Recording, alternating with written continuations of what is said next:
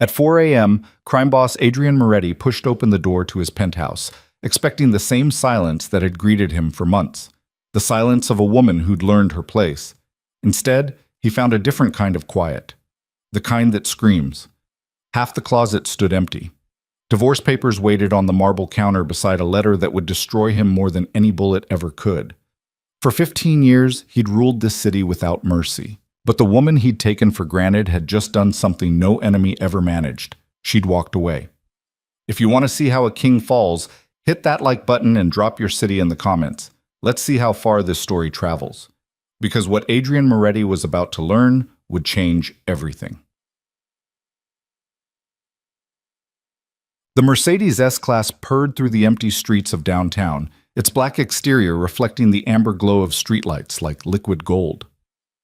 Adrian Moretti sat in the back seat, his phone pressed to his ear, barely listening to Marco's report about the shipment coming through the docks.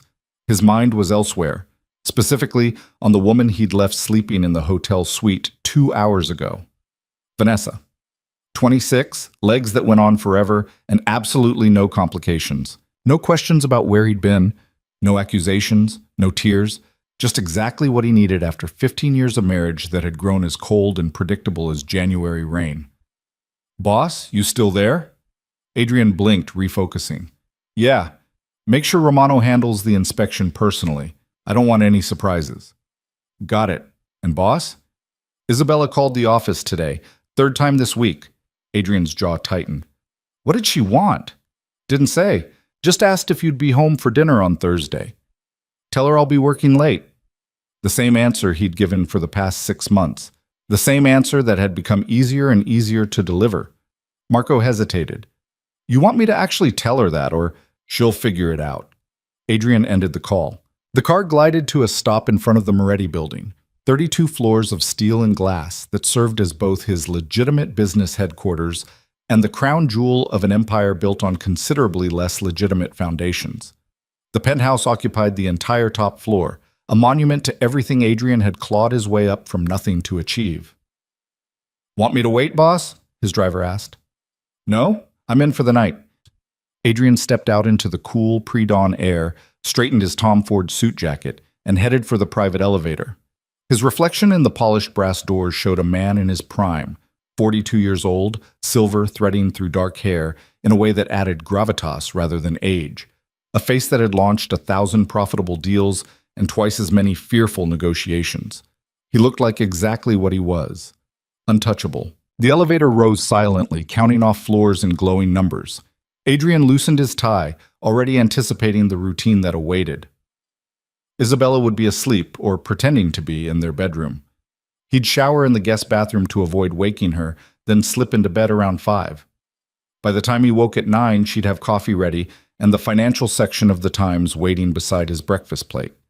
15 years of marriage had created patterns as reliable as clockwork. The elevator chimed softly, doors sliding open to reveal the penthouse foyer. Adrian stepped out, keys already in hand, and stopped. Something was wrong. The penthouse was never completely dark. Isabella insisted on leaving the lamp in the entryway lit, a habit from their early days when they'd lived in a neighborhood where coming home to a dark apartment meant checking corners before relaxing. But tonight, the foyer lamp was off. Only the ambient glow from the city lights beyond the floor-to-ceiling windows illuminated the space. Adrian flipped the switch. Light flooded the marble entryway, revealing nothing out of place. Same abstract sculpture Isabella had insisted on buying at that gallery opening 3 years ago. Same console table with the silver tray for keys and mail. Same everything, yet different. He couldn't put his finger on it at first. Then he realized silence. Not the sleeping house silence he was used to, but something deeper, emptier. "Isabella?" No answer.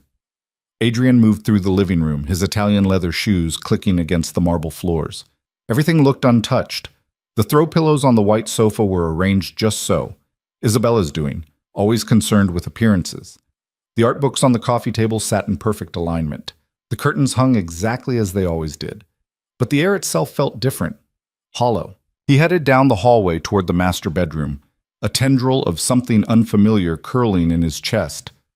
Not quite worry. Adrian Moretti didn't worry, but perhaps awareness.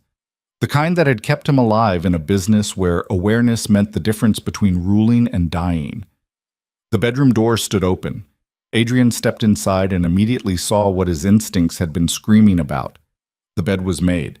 Not just made, pristine, untouched. The duvet pulled so tight and smooth it looked like a hotel bed waiting for its first guest. Isabella never made the bed this perfectly. She made it well, but there were always small imperfections.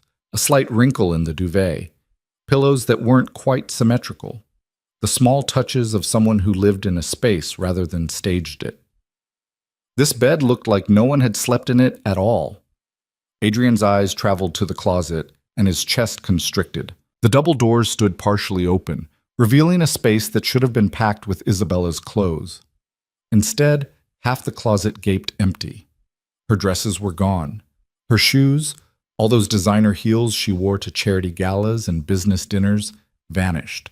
His suits and shirts hung in their designated space, but where Isabella's wardrobe should have created a wall of color and fabric, there was only the stark white of empty shelving and vacant hangers. What the hell? Adrian strode to the closet, yanking the doors fully open. His side remained exactly as he'd left it. Her side looked like someone had performed a surgical extraction, removing precisely half of everything. Not all of it. That's what made it so deliberate. She'd left things. The cocktail dress she'd worn to his birthday party 2 years ago. A few pairs of shoes he'd bought her. The emerald necklace that had been his grandmother's. She'd left the things that connected to him. Taken only what was truly hers. Adrian's mind raced, trying to construct an explanation that made sense. A trip? But Isabella always told him when she traveled, always left detailed notes about where she'd be and when she'd return. A family emergency? Her parents were dead, and her sister lived 2 hours away in Hartford, hardly far enough to warrant packing half a closet. He moved through the bedroom with increasing urgency, checking details. Her laptop, gone from its usual spot on the writing desk. Her jewelry box, still there but lighter. When he opened it, all the expensive pieces he'd given her over the years remained. The simple gold bracelet she'd owned since college, gone. The pearl earrings from her mother, gone. A small enamel ring that had no monetary value but that she wore constantly, gone. She'd taken the things that meant something to her, left everything that meant something to him. Adrian walked back into the living room, his breathing slightly faster now, that unfamiliar feeling in his chest growing stronger. Still not quite fear, Adrian Moretti didn't fear, but something in that neighborhood, something he hadn't felt since he was 17 years old and facing down his first real threat. Uncertainty.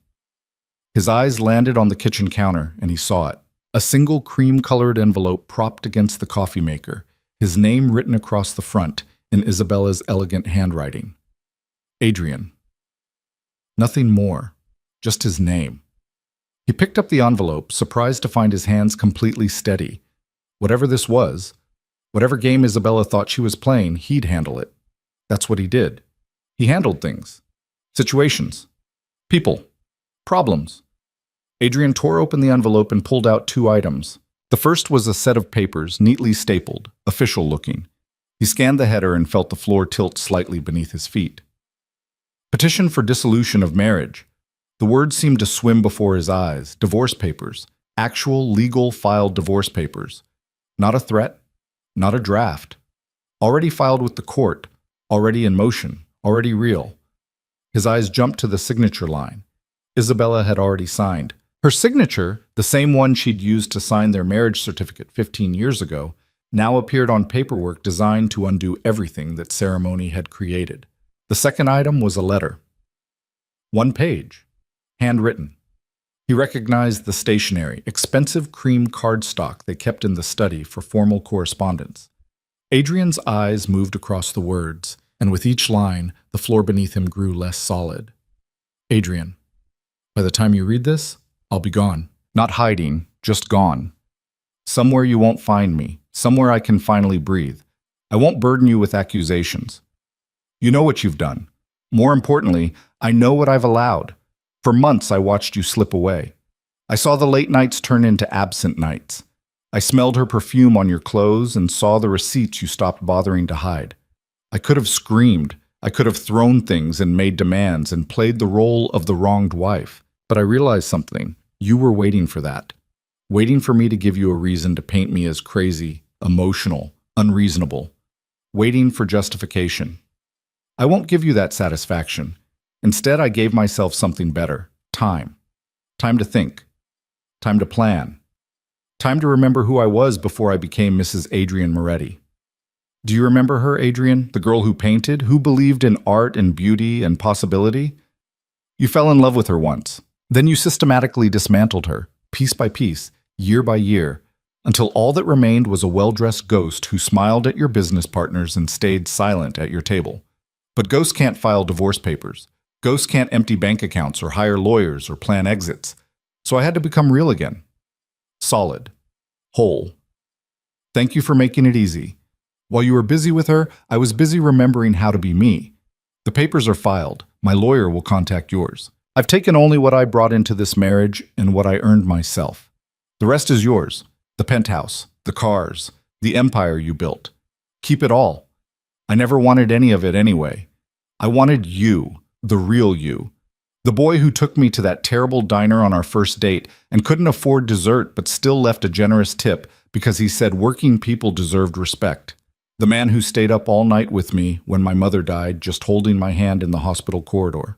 But that man disappeared somewhere between the first million and the first threat you made to someone who crossed you.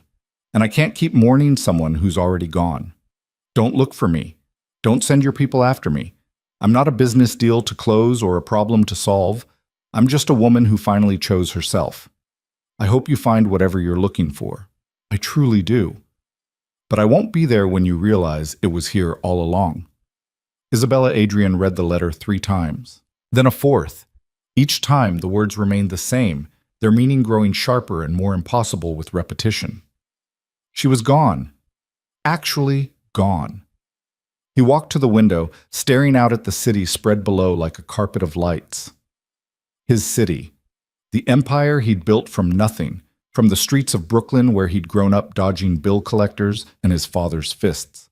Every building, every business, every connection, he'd fought for all of it, bled for it, killed for it, though that was something no court would ever prove. And somewhere in building that empire, his wife had packed half a closet and disappeared. Adrian pulled out his phone, dialing Marco before his rational mind could catch up with his instincts. Boss? Everything okay? Isabella's gone. A pause. Gone like out for the night? Gone like divorce papers and empty closets. I need you to... Stop. Marco's voice cut through Adrian's rising panic with surprising firmness. Before you say what you're about to say, think. Really think. Adrian's jaw clenched. I'm not asking for advice. I'm telling you to... To what? Track down your wife like she's some kind of fugitive? Send guys to drag her back? Boss, with all respect, you know how that looks. You know what that makes you. The words hit harder than Adrian wanted to admit. He did know. He knew exactly what it made him, the thing he'd always sworn he'd never be. His father. A man who confused control with love and fear with respect. She filed papers, Marco, legal papers. This isn't some tantrum. No, Marco agreed quietly. It's not. Which maybe means you need to let your lawyer handle the lawyer stuff, and you need to... I don't know, boss. Figure out why she left in the first place. Adrian ended the call without responding. He didn't want wisdom. He didn't want perspective. He wanted his life to make sense again, to return to the comfortable patterns he understood. But even as the thought formed, he knew it was already too late. He walked back to the bedroom, letter still in his hand, and caught sight of himself in the full-length mirror. Same expensive suit, same confident posture, same face that had stared down rivals and negotiated impossible deals. But for the first time in years, Adrian Moretti saw something he didn't recognize, a man who'd won everything and lost something he couldn't name. The clock on the nightstand read 4:47 a.m. In 12 hours, he had a meeting with the Calabrese family about the port expansion. In 24 hours, he was supposed to attend a charity gala where Isabella would normally appear at his side, the perfect accessory to his power. He thought about Vanessa, probably still asleep in that hotel suite, unaware that the uncomplicated arrangement they'd enjoyed was about to become very complicated indeed. Then he thought about the letter. One line in particular kept echoing, I wanted you, the real you.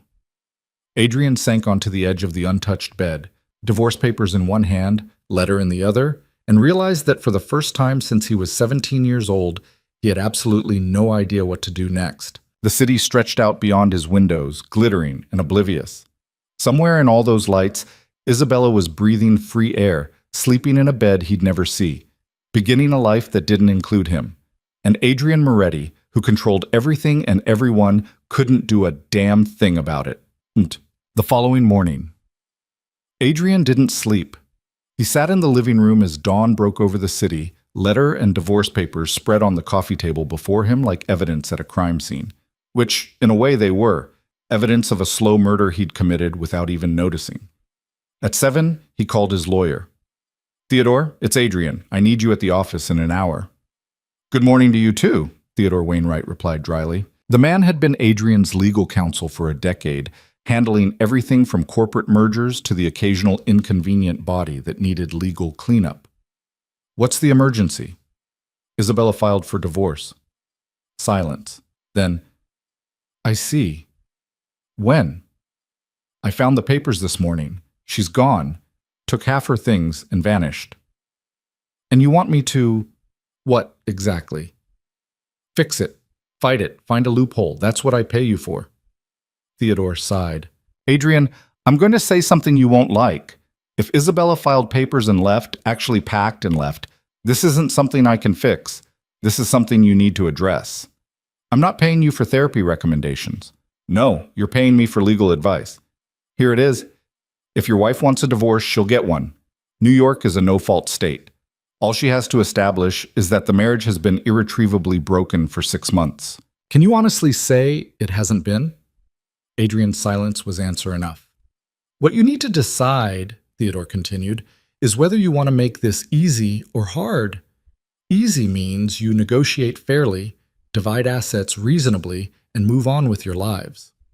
Hard means you fight, drag her through court, make everything public and ugly. And hard also means every business associate, every rival, every law enforcement agency watching you gets to see the details of your personal life spread across court documents." The implicit threat was clear. Adrian's empire existed in shadows and careful discretion. A messy public divorce would shine lights in places that needed to stay dark. "Set up a meeting with her lawyer," Adrian said finally. "I want to know what she wants." "I'll make some calls. Adrian?" Theodore paused. "For whatever it's worth, I'm sorry." Adrian hung up without responding to the sentiment. Sorry didn't change anything. Sorry didn't undo months of choices. Sorry didn't bring Isabella back. By 8 o'clock, Adrian's phone was ringing constantly. Word had spread, the way word always spread in his world, that something was wrong at the top of the Moretti empire. His lieutenants wanted reassurance. His business partners wanted confirmation that personal matters wouldn't affect professional obligations. His mother called 3 times, and he ignored every call. At 9, he finally showered and changed, choosing a fresh suit from his perfectly organized half of the closet. The empty space where Isabella's clothes should have been seemed to mock him with every glance. Marco appeared at 9:30, letting himself in with the key Adrian had given him years ago. "Coffee," Marco announced, carrying a tray with 2 cups from the cafe downstairs. "And before you bite my head off, you look like hell and you need to eat something." "I'm fine." "You're not fine.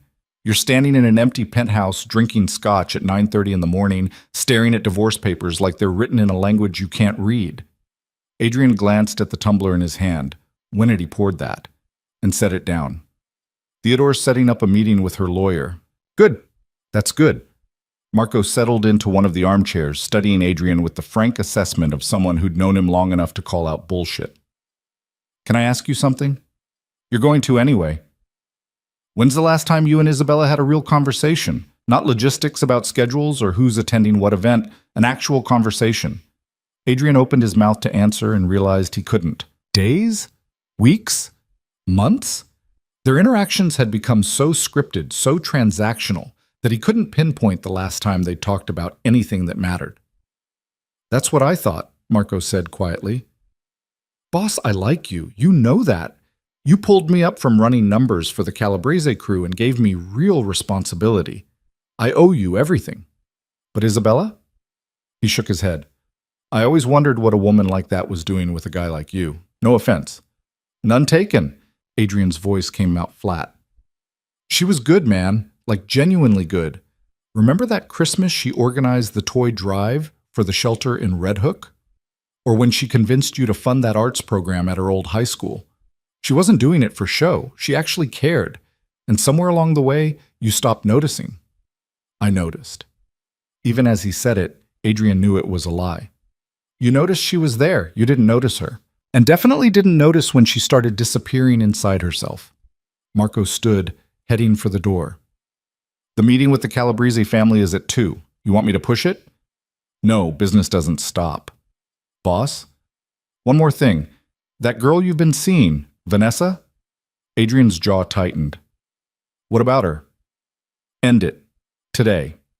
Because whatever you think you're doing with her, it's done. And dragging it out just makes you look worse. After Marco left, Adrian stood alone in the penthouse that suddenly felt too large and too empty. He thought about Vanessa. Gorgeous, uncomplicated Vanessa who asked for nothing except expensive dinners and hotel suites. She'd seemed like freedom from the weight of Isabella's silent disappointment.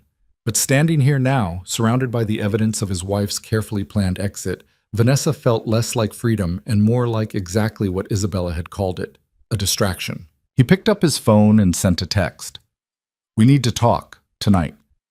Then he did something he hadn't done in 15 years of marriage. He looked, really looked, at the photographs displayed throughout the penthouse. Pictures Isabella had selected and arranged, creating a visual history of their life together. There was their wedding photo.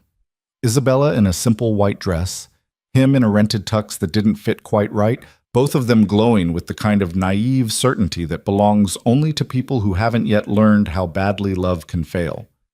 They'd gotten married at City Hall with Marco and Isabella's sister as witnesses, then celebrated with Chinese takeout in the one-bedroom apartment they could barely afford. Another photo from their 5th anniversary. Dinner at a restaurant Adrian had saved for months to afford. Isabella laughing at something he'd said, her hand covering his across the table. He could still remember that laugh, full-bodied and unguarded, the sound of someone completely at ease.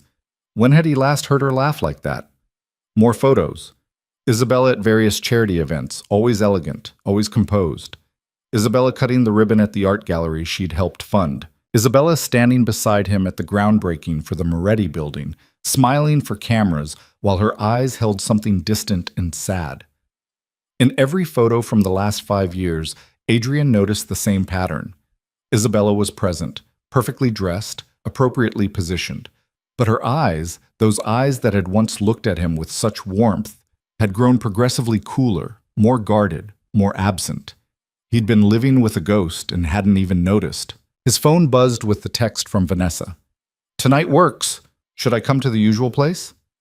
Adrian stared at the message, then at the wedding photo, then back at the message. The usual place.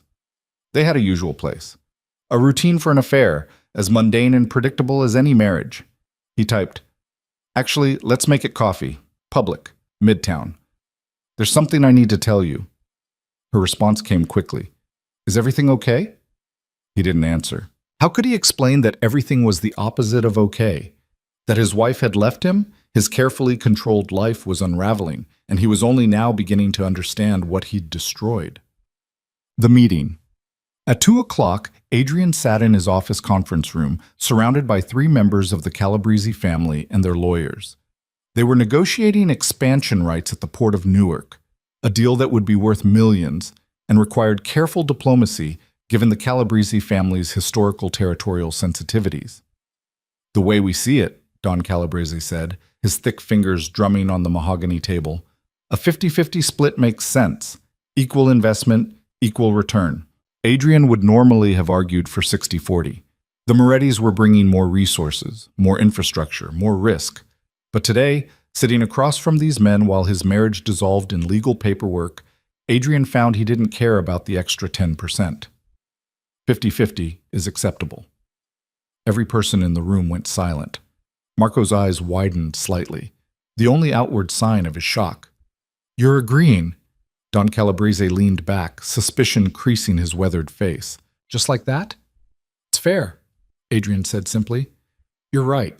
Equal investment should mean equal return. The meeting wrapped up in record time, all parties too surprised by Adrian's unexpected reasonableness to push their luck. After the Calabrese family left, Marco remained behind. What the hell was that? A negotiation. That was a surrender. You could have gotten 60-40 easy. They were expecting you to fight. Adrian looked at his second-in-command, this man who'd been loyal through everything, and felt something crack inside him. Marco, what's the point? The point of what? Any of it. The empire, the money, the power. What's the goddamn point if you come home to an empty penthouse at 4 a.m? Marco sat down slowly. Boss, she was right there. For 15 years, she was right there. And I was so busy building all this. Adrian gestured at the office, the view, everything his empire encompassed, that I didn't notice I was losing the only thing that actually mattered. So what are you going to do? I don't know. Adrian rubbed his face, exhaustion finally catching up with him. Theodore's setting up a meeting with her lawyer. Beyond that, I have no idea. You could fight for her. She doesn't want to be fought for. She wants to be free of me. The letter made that pretty clear. Marco was quiet for a long moment. Can I see it? The letter? Adrian pulled the folded paper from his jacket pocket.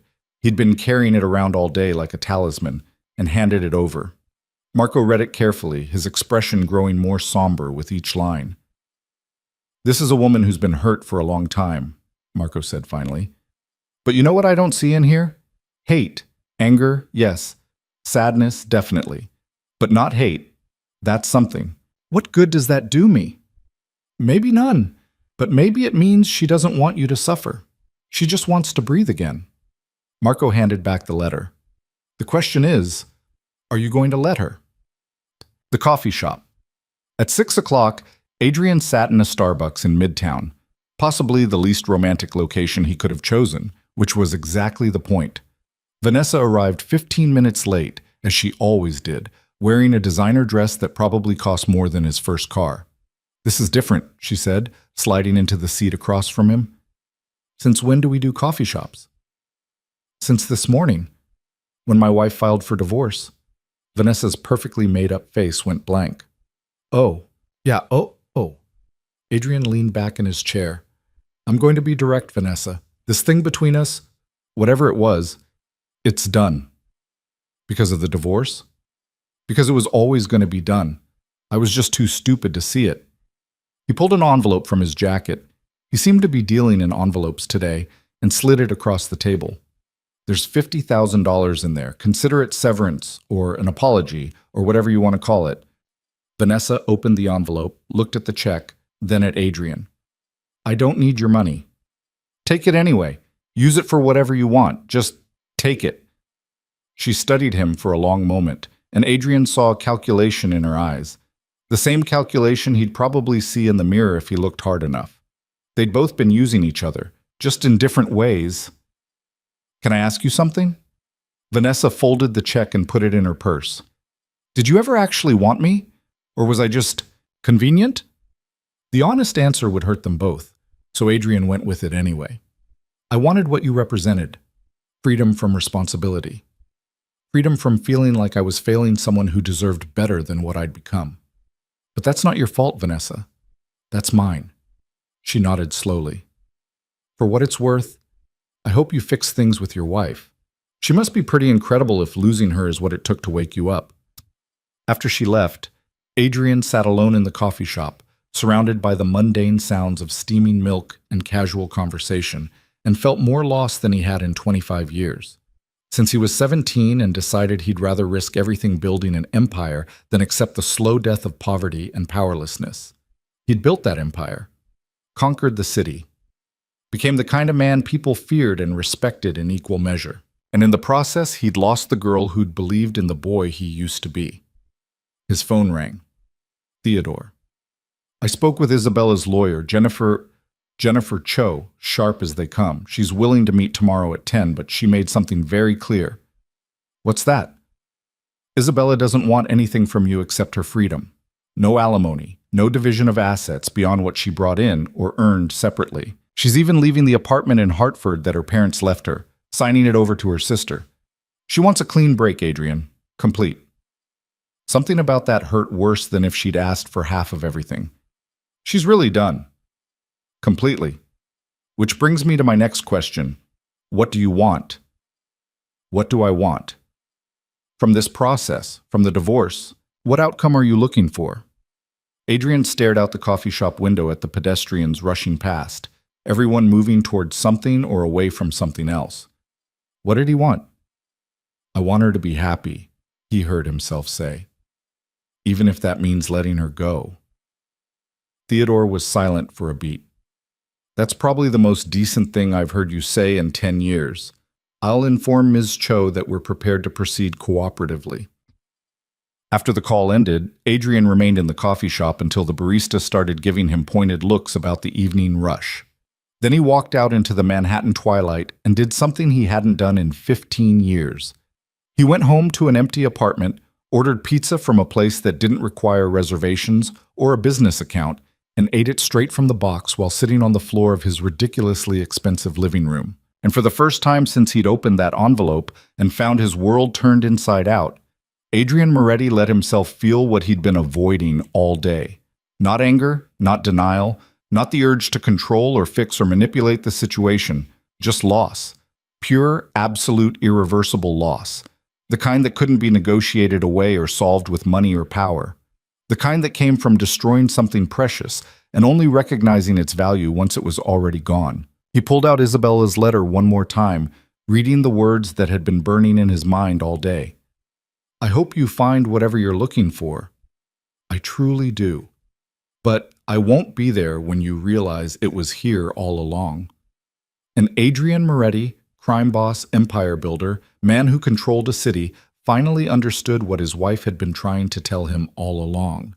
He'd been looking for everything except the one thing that mattered, and now it was gone. The pizza box sat abandoned on the marble floor, grease seeping through the cardboard onto the white rug Isabella had chosen for this exact spot 3 years ago. Adrian stared at the stain spreading slowly outward and didn't move to stop it. What was the point? She wasn't here to care about the rug anymore. His phone buzzed against the coffee table. His mother. Again. Adrian let it go to voicemail for the 4th time that evening, listening to her muffled voice through the speaker. Adrian, please call me back. I spoke to Maria Calabrese at the market today and she mentioned the divorce. Why am I hearing about this from Maria? Call your mother. The voicemail ended. 2 seconds later, another call. This time, Marco. Adrian answered. What? Just checking you're still breathing.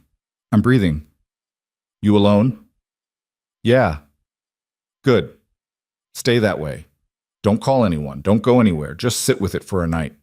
Marco paused. I know it's not your style, boss, but trust me.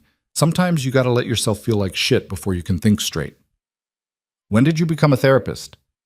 When I watched you spend 15 years turning into someone I barely recognize. Get some sleep. Tomorrow's gonna be rough. The call ended before Adrian could respond. He looked around the penthouse. 3,200 square feet of luxury that suddenly felt like a museum dedicated to his own failures. Everything here told a story. The sectional sofa where Isabella used to curl up with a book on Sunday mornings. The dining table where they'd hosted dozens of dinners for people Adrian needed to impress, while Isabella made everyone feel welcomed and valued. The piano in the corner that she'd played sometimes late at night when she thought he was asleep, sad melodies that he'd never asked about. He'd lived in this space for 8 years and never really seen it. Adrian stood, his body heavy with exhaustion, and walked to the piano. Sheet music sat on the stand, something classical he didn't recognize. He touched the keys gently, producing a discordant note that echoed through the empty room. Isabella had tried to teach him once, early in their marriage. It's not that hard, she'd said, guiding his fingers to the right positions. You just have to feel it. But Adrian had been too impatient, too focused on deals and territory, and building something that would prove he'd escaped the poverty of his childhood. I don't have time for this, he'd told her, pulling his hands away. The disappointment in her eyes had lasted only a moment before she'd smiled and said, That's okay. Maybe someday. Someday had never come. Adrian closed the piano and headed toward the master bedroom, then stopped. He couldn't sleep in that bed. Not the one she'd made so perfectly it looked like a reproach. Instead, he grabbed a blanket from the hall closet and settled on the living room sofa, the same spot where Isabella used to read. Sleep didn't come. Instead, memories arrived in relentless waves. Their first apartment, a fifth-floor walk-up in Queens with a radiator that clanked all night and neighbors who fought so loudly they'd learned everyone's business through the thin walls. Isabella had painted the whole place herself while Adrian worked 18-hour days trying to establish himself. He'd come home exhausted to find her covered in paint, grinning like she'd accomplished something miraculous. "It's home now," she'd said. "Our home." Their first real fight. Something stupid about Adrian missing her birthday dinner because a meeting ran late. She'd cooked for hours, set the table with candles and flowers from the bodega. By the time he'd arrived at midnight, everything was cold and she was sitting in the dark. "You could have called," she'd said quietly. Not yelling. That would have been easier, just quiet disappointment that cut deeper than any accusation. The night he'd finally made his first million, legitimate money, clean money, the kind that came from the construction company he'd built from nothing.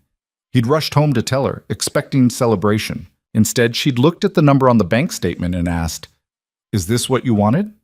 He'd said yes without hesitation. She'd smiled, but something in her eyes had dimmed. "Then I'm happy for you." Years of moments, years of small choices that seemed insignificant at the time, but had somehow accumulated into this: divorce papers, and an empty closet, and a wife who'd disappeared into the night like smoke. Adrian's phone lit up on the coffee table. A text from an unknown number. "This is Jennifer Cho, Mrs. Moretti's attorney, confirming our meeting tomorrow at 10 a.m. at my office. Address below. Please come alone." He stared at the message, then typed back, "I'll be there." 3 dots appeared, disappeared, then returned. "Mr. Moretti, I want to be clear about something. My client wants a clean, quick dissolution. She's not interested in negotiation or reconciliation. She's not interested in hearing from you directly. If you're coming to this meeting with any agenda other than finalizing the divorce, please save us both time and don't come." Adrian's jaw clenched. He typed, "I understand." But he didn't understand, not really. How did 15 years of marriage just end? How did you wake up one morning and decide the person you'd built a life with was someone you needed to escape from? Except Isabella hadn't decided it in one morning. That was the part Adrian was beginning to comprehend. She'd decided it slowly, over months, maybe years, of disappointments and absences and betrayals both large and small. While he'd been busy not noticing, she'd been busy planning her exit. The realization settled in his chest like a stone. Around 3 in the morning, Adrian finally drifted into a restless sleep, the kind where dreams and reality blurred together. He dreamed of Isabella painting their first apartment, but when he looked closer, she wasn't painting walls. She was painting herself out of the picture, stroke by stroke, until nothing remained but blank canvas. He woke at dawn with a headache and the kind of bone-deep weariness that had nothing to do with lack of sleep. The city was already stirring outside his windows, millions of people beginning their days, moving forward while Adrian felt frozen in place. He showered, shaved, and dressed in one of his usual suits, armor for a meeting he was dreading. As he knotted his tie, he caught his reflection in the bathroom mirror and barely recognized himself. Same face, same features, but something fundamental had shifted.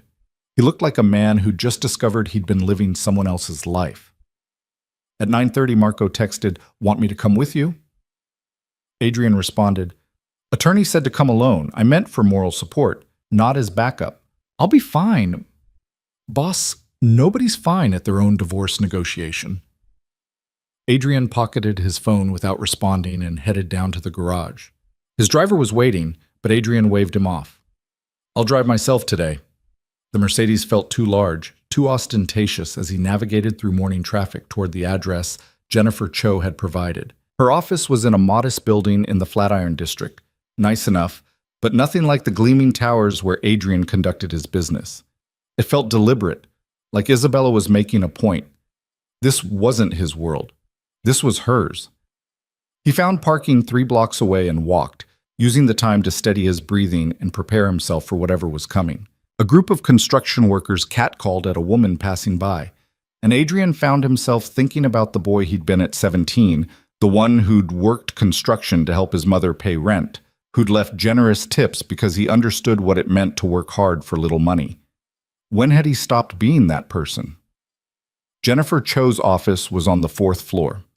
The elevator was old, slow, and smelled faintly of cleaning products. Adrian rode it up alone, watching the numbers tick past and feeling like he was ascending toward his own execution. The reception area was simple: clean lines, comfortable chairs, a few pieces of art on the walls that looked original rather than mass-produced. A young woman sat behind the desk, and she looked up as Adrian entered. "Mr. Moretti?" "Yes." "Miss Cho is expecting you. Conference room is the second door on the left." Adrian walked down a short hallway, his footsteps muffled by carpet that had seen better days. He could hear voices behind the conference room door, two women talking in low tones. One of them was probably Jennifer Cho. The other might be Isabella. His hand hesitated on the doorknob. Part of him wanted to burst in, to see her, to make her look at him and explain how they'd arrived at this point. But Marco's words echoed in his mind. Sometimes you gotta let yourself feel like shit before you can think straight. Adrian knocked. "Come in." He opened the door to find two women seated at a simple conference table. The first was clearly Jennifer Cho, early 40s, sharp suit, intelligent eyes that assessed him immediately. The second was not Isabella, and Adrian felt a confusing mixture of relief and disappointment. "Mr. Moretti, I'm Jennifer Cho. This is my associate, Sarah Chen. Please sit." Adrian took the chair across from them, hyper-aware of every sound, the scrape of the chair legs, his own breathing, the hum of the air conditioning. "Your attorney isn't joining us?" Jennifer asked. "I was told to come alone. I assumed that meant without legal counsel." "It meant without an entourage. Theodore Wainwright is welcome to attend, though I suspect this meeting will be brief enough that his presence isn't necessary." Jennifer opened a folder in front of her. "My client has made her wishes very clear. She wants a simple, uncontested divorce. No alimony, no division of marital assets. She's willing to sign a document stating that she came into the marriage with approximately $15,000 in personal savings and a 2003 Honda Civic, and she's leaving with the equivalent value plus her personal earnings from freelance work over the years, approximately $80,000 total, which she's already transferred from your joint account to her personal account. Everything else remains yours." Adrian stared at her. "That's it?" "That's it. She wants nothing from you except her freedom and her maiden name back." "She's going back to Russo?" The name felt strange on his tongue. Isabella Russo. The girl he'd met at a coffee shop in Brooklyn when they were both 25 and stupid with hope. "Yes. The legal paperwork is already prepared. All we need is your signature acknowledging receipt of the divorce petition and your agreement not to contest the terms." "And if I want to contest them?" Jennifer's expression didn't change. "Then we'll see you in court, and this process becomes lengthy, expensive, and public. Is that what you want, Mr. Moretti?" "No?" The word came out before Adrian could think about it. "No, I don't want that." "Then sign the documents. You have 30 days to change your mind, but I'm advising you now. My client has no interest in reconciliation or negotiation. She's made her decision." Adrian looked at the papers Jennifer pushed across the table. Official forms with legal language that reduced 15 years of marriage to a series of checkboxes and signature lines. He pulled out his pen, a Mont Blanc Isabella had given him for their 10th anniversary, engraved with his initials. "Before I sign, can I ask you something?" "That depends on what you want to ask." "Is she okay?" "Isabella, is she safe? Happy?" Jennifer exchanged a glance with her associate. "I can't discuss my client's personal circumstances with you. I'm not asking for her address or phone number. I just want to know if she's okay." "Why do you care, Mr. Moretti?" Jennifer's voice had an edge to it now. "You didn't seem to care much about her well-being when you were spending your nights with other women." The accusation hit like a physical blow. "How did you—" "My client is thorough. She documented everything. Dates, times, credit card receipts, hotel reservations. She could have used that information to destroy you in court, to take half of everything you own. Instead, she chose to walk away clean. So again, I'll ask, why do you care now?" Adrian set down his pen. "Because I'm starting to realize what I lost. And I know I have no right to ask, no right to even wonder, but I need to know that she's okay. That she's not just surviving, but actually living. Because if she is, then maybe this wasn't all for nothing." The room fell silent. Sarah Chen, who hadn't spoken yet, was looking at him with something that might have been sympathy. Jennifer's expression remained professionally neutral, but something in her posture softened slightly. "She's okay," Jennifer said finally. "That's all I can tell you. She's okay, and she's moving forward." "Thank you." Adrian picked up the pen again and signed each document where indicated, his signature bold and decisive. The same signature that had built an empire and now was dismantling a marriage. When he finished, he pushed the papers back across the table. "What happens now?" "Now you wait. The state requires a 6-month waiting period from the date of filing. During that time, if both parties remain in agreement, the divorce will be finalized. If either party contests or if complications arise, it takes longer." "And Isabella? Will she have to appear in court?" "Not if you don't contest. This can all be handled through legal counsel." Jennifer gathered the signed documents. "Is there anything else, Mr. Moretti?" Adrian started to shake his head, then stopped. "Can you give her a message?" "That's not advisable. Please, just tell her I'm sorry. Tell her I signed the papers because I want her to be free. And tell her I hope she finds everything she's looking for." Jennifer studied him for a long moment. "I'll consider it. But, Mr. Moretti, if you really want to make amends, the best thing you can do is leave her alone. Let her build her new life without you in it. Can you do that?" Could he? Adrian thought about Isabella painting their first apartment, Isabella laughing over Chinese takeout, Isabella sitting in the dark waiting for him to come home from a birthday dinner he'd missed. Isabella becoming a ghost in her own life while he stopped noticing she was even there. "Yes," he said. "I can do that." He stood to leave, then paused at the door. "Miss Cho, thank you for representing her. She deserves someone in her corner." Outside, the morning had turned bright and warm, the kind of October day that made New York feel like the center of the universe. Adrian walked the 3 blocks back to his car, his mind strangely empty. He'd expected to feel something, anger, grief, relief, but instead there was just a hollow numbness. His phone rang. Marco. "How'd it go?" "I signed the papers." "Just like that?" "Just like that. She doesn't want anything from me. Not money, not property, nothing. Just her freedom." Marco was quiet for a beat. "How you holding up?" "I don't know. I keep waiting for it to hit me, but I just feel nothing." "That's shock, boss. It'll hit eventually." "Where are you now?" "Standing on 23rd Street next to my car, having an existential crisis." "You?" "Office. We got a problem with the shipment from Newark. Customs is asking questions. I need you to make some calls." "Business." "Right. The empire that required constant attention, constant maintenance, constant vigilance."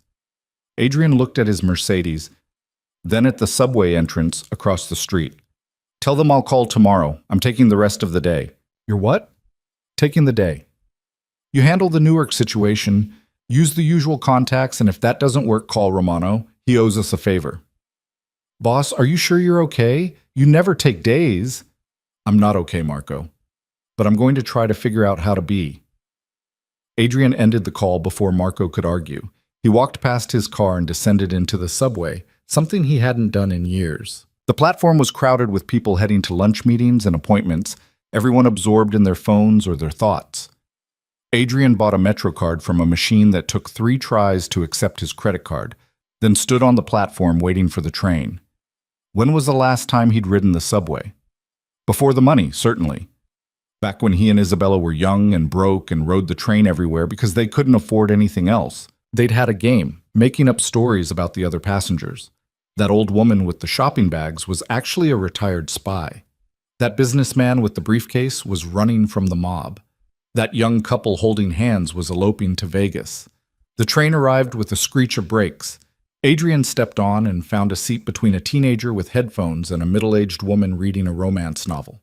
The subway lurched forward, carrying him downtown toward nowhere in particular. He got off at Brooklyn Bridge City Hall on impulse, drawn by muscle memory to a neighborhood he hadn't visited in years.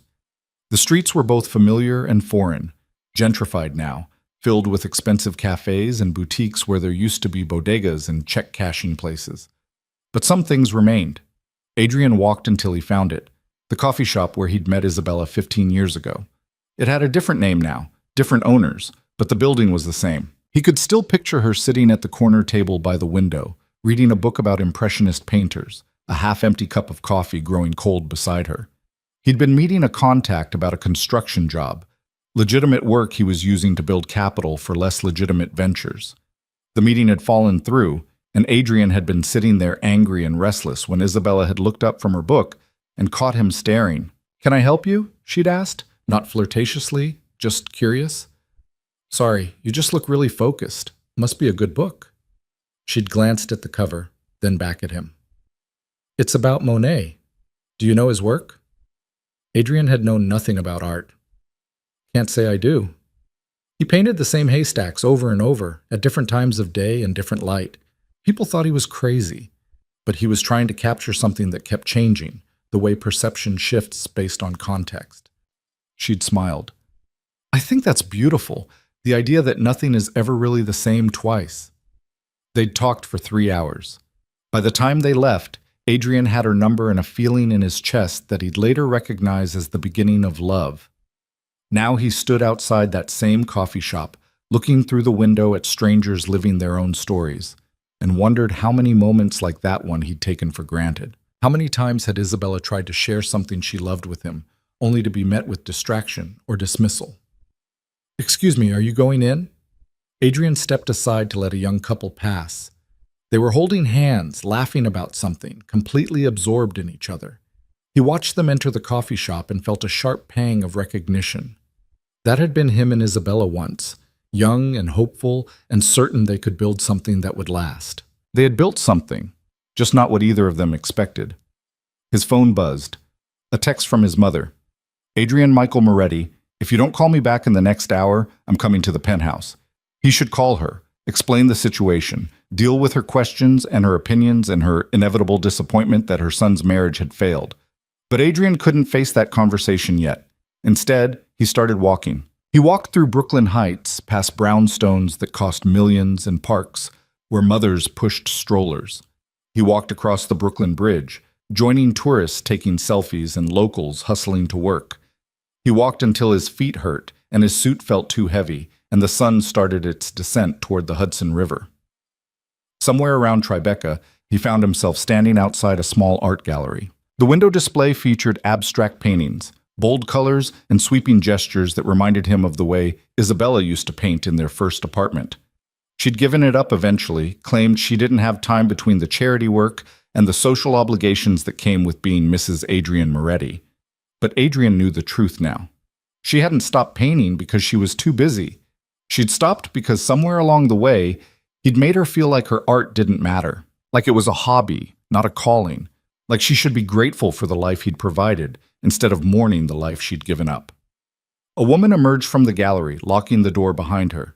She noticed Adrian staring through the window. "We're closed, but we open again at 10 tomorrow if you'd like to come back." "Those paintings," Adrian said. "Who's the artist?" "Local woman, Sarah Mitchell. She's incredibly talented. Are you interested in purchasing?" "No, He trailed off. What could he say? "I'm interested because they remind me of my wife who just left me." "They're beautiful." The woman smiled. "They are. Sarah says she paints what she feels, not what she sees. I think that's why they resonate with people." After she left, Adrian stood there a while longer, looking at paintings that captured something he couldn't name. Emotion made visible, feeling transformed into color and shape. The kind of thing Isabella used to try to explain to him while he nodded and pretended to understand. He hadn't understood. Not really.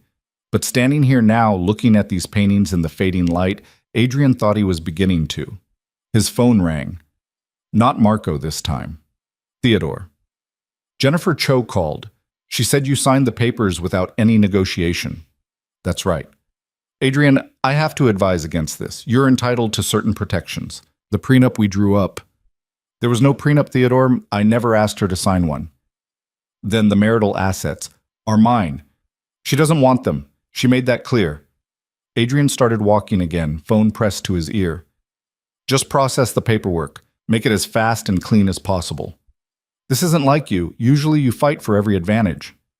"Maybe I'm tired of fighting." Adrian stopped at a crosswalk, waiting for the light to change. "Maybe I'm tired of winning." Theodore sighed. All right, I'll handle it. But Adrian, for what it's worth, I'm sorry. I know this isn't what you wanted. The light changed. Adrian stepped into the crosswalk with a dozen other pedestrians, all of them moving in different directions, all of them carrying their own stories and sorrows. The thing is, Theodore, I don't know what I wanted anymore. I thought I did. Turns out I was wrong about a lot of things.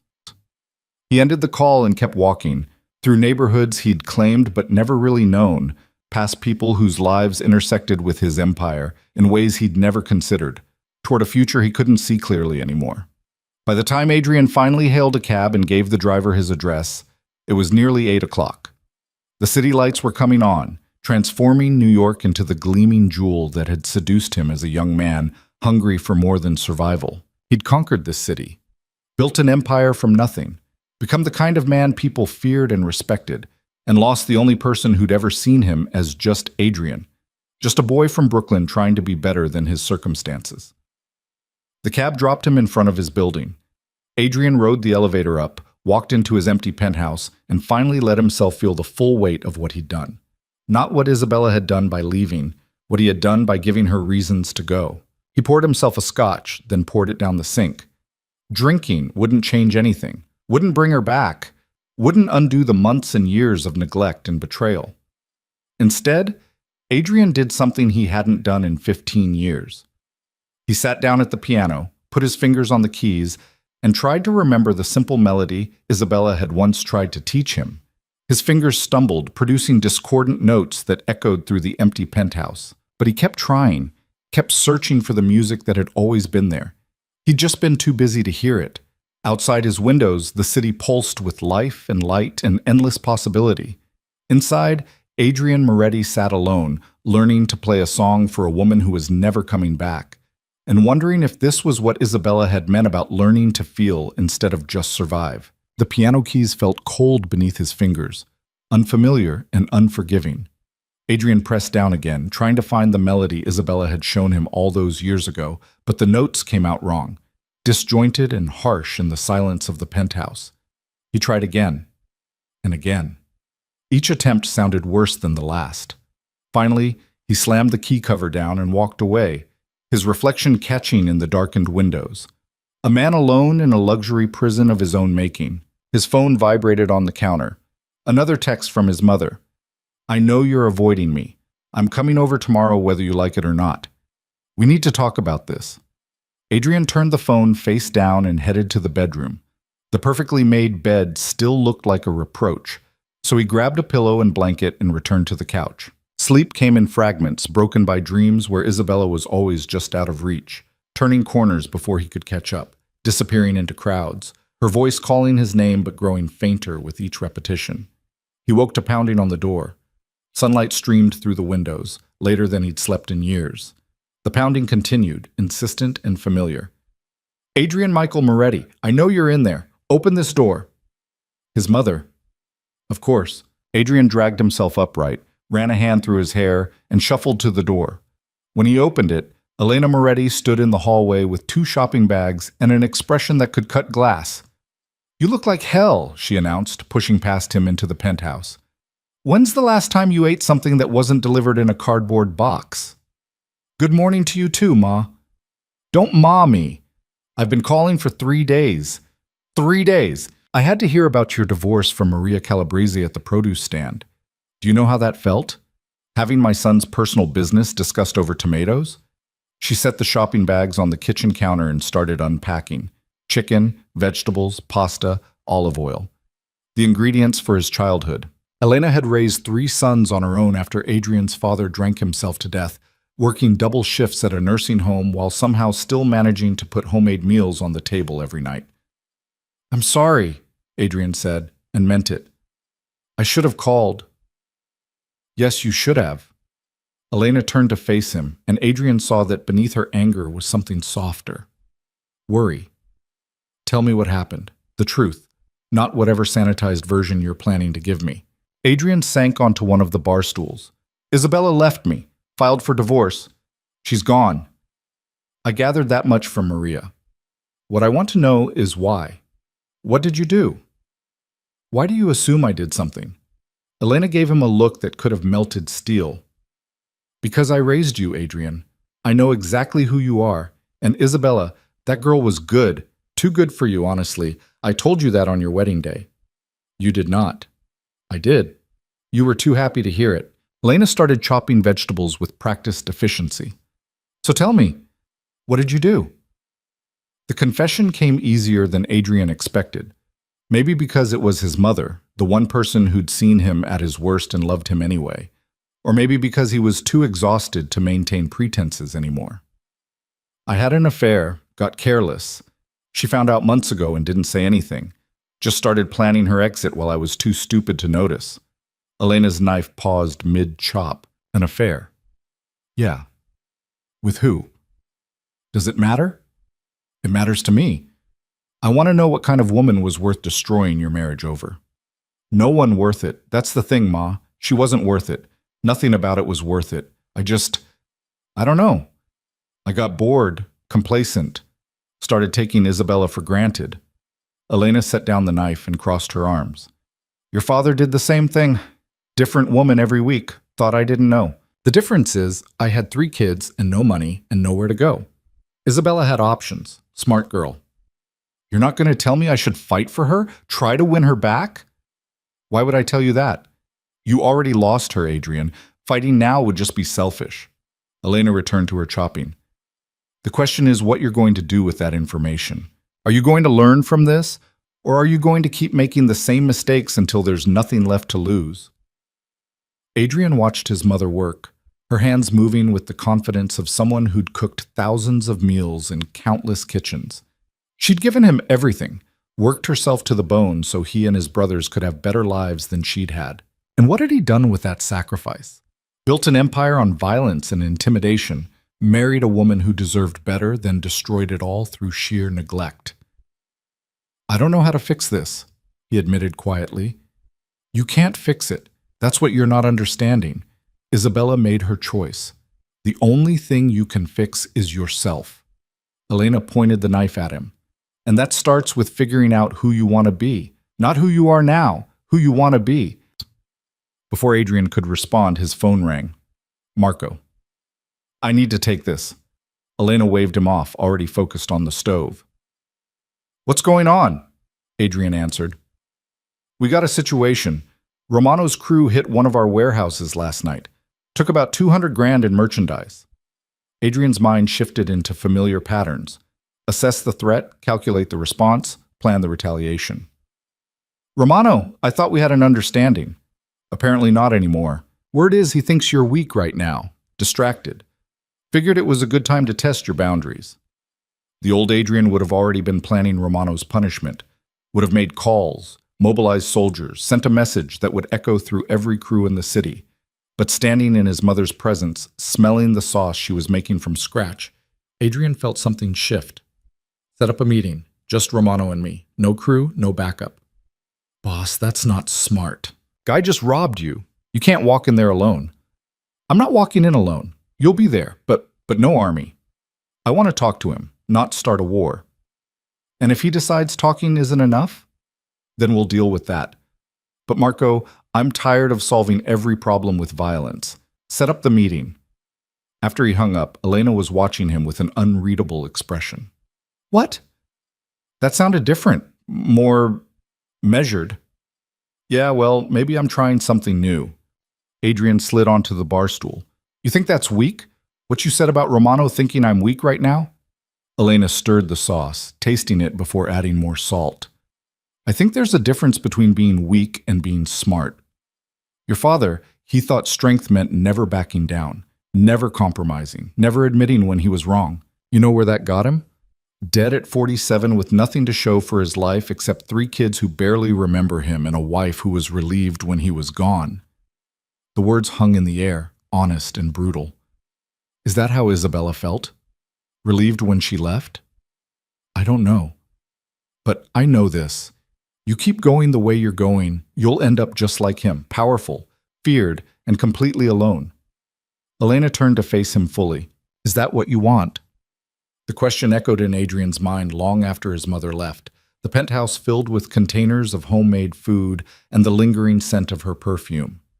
He stood at the window, looking out at the city he'd conquered, and wondered if his mother was right, if power without purpose was just another form of poverty. His phone buzzed. A message from Marco. Meeting set. Tomorrow night, 8 p.m., Romano's Social Club in Red Hook. Just him, you, and me. Adrian typed back, good. And Marco, thank you. For what? For being honest when I need it. For giving a damn. 3 dots appeared, then disappeared. Finally. That's what family does, boss. But Marco wasn't family, not by blood anyway.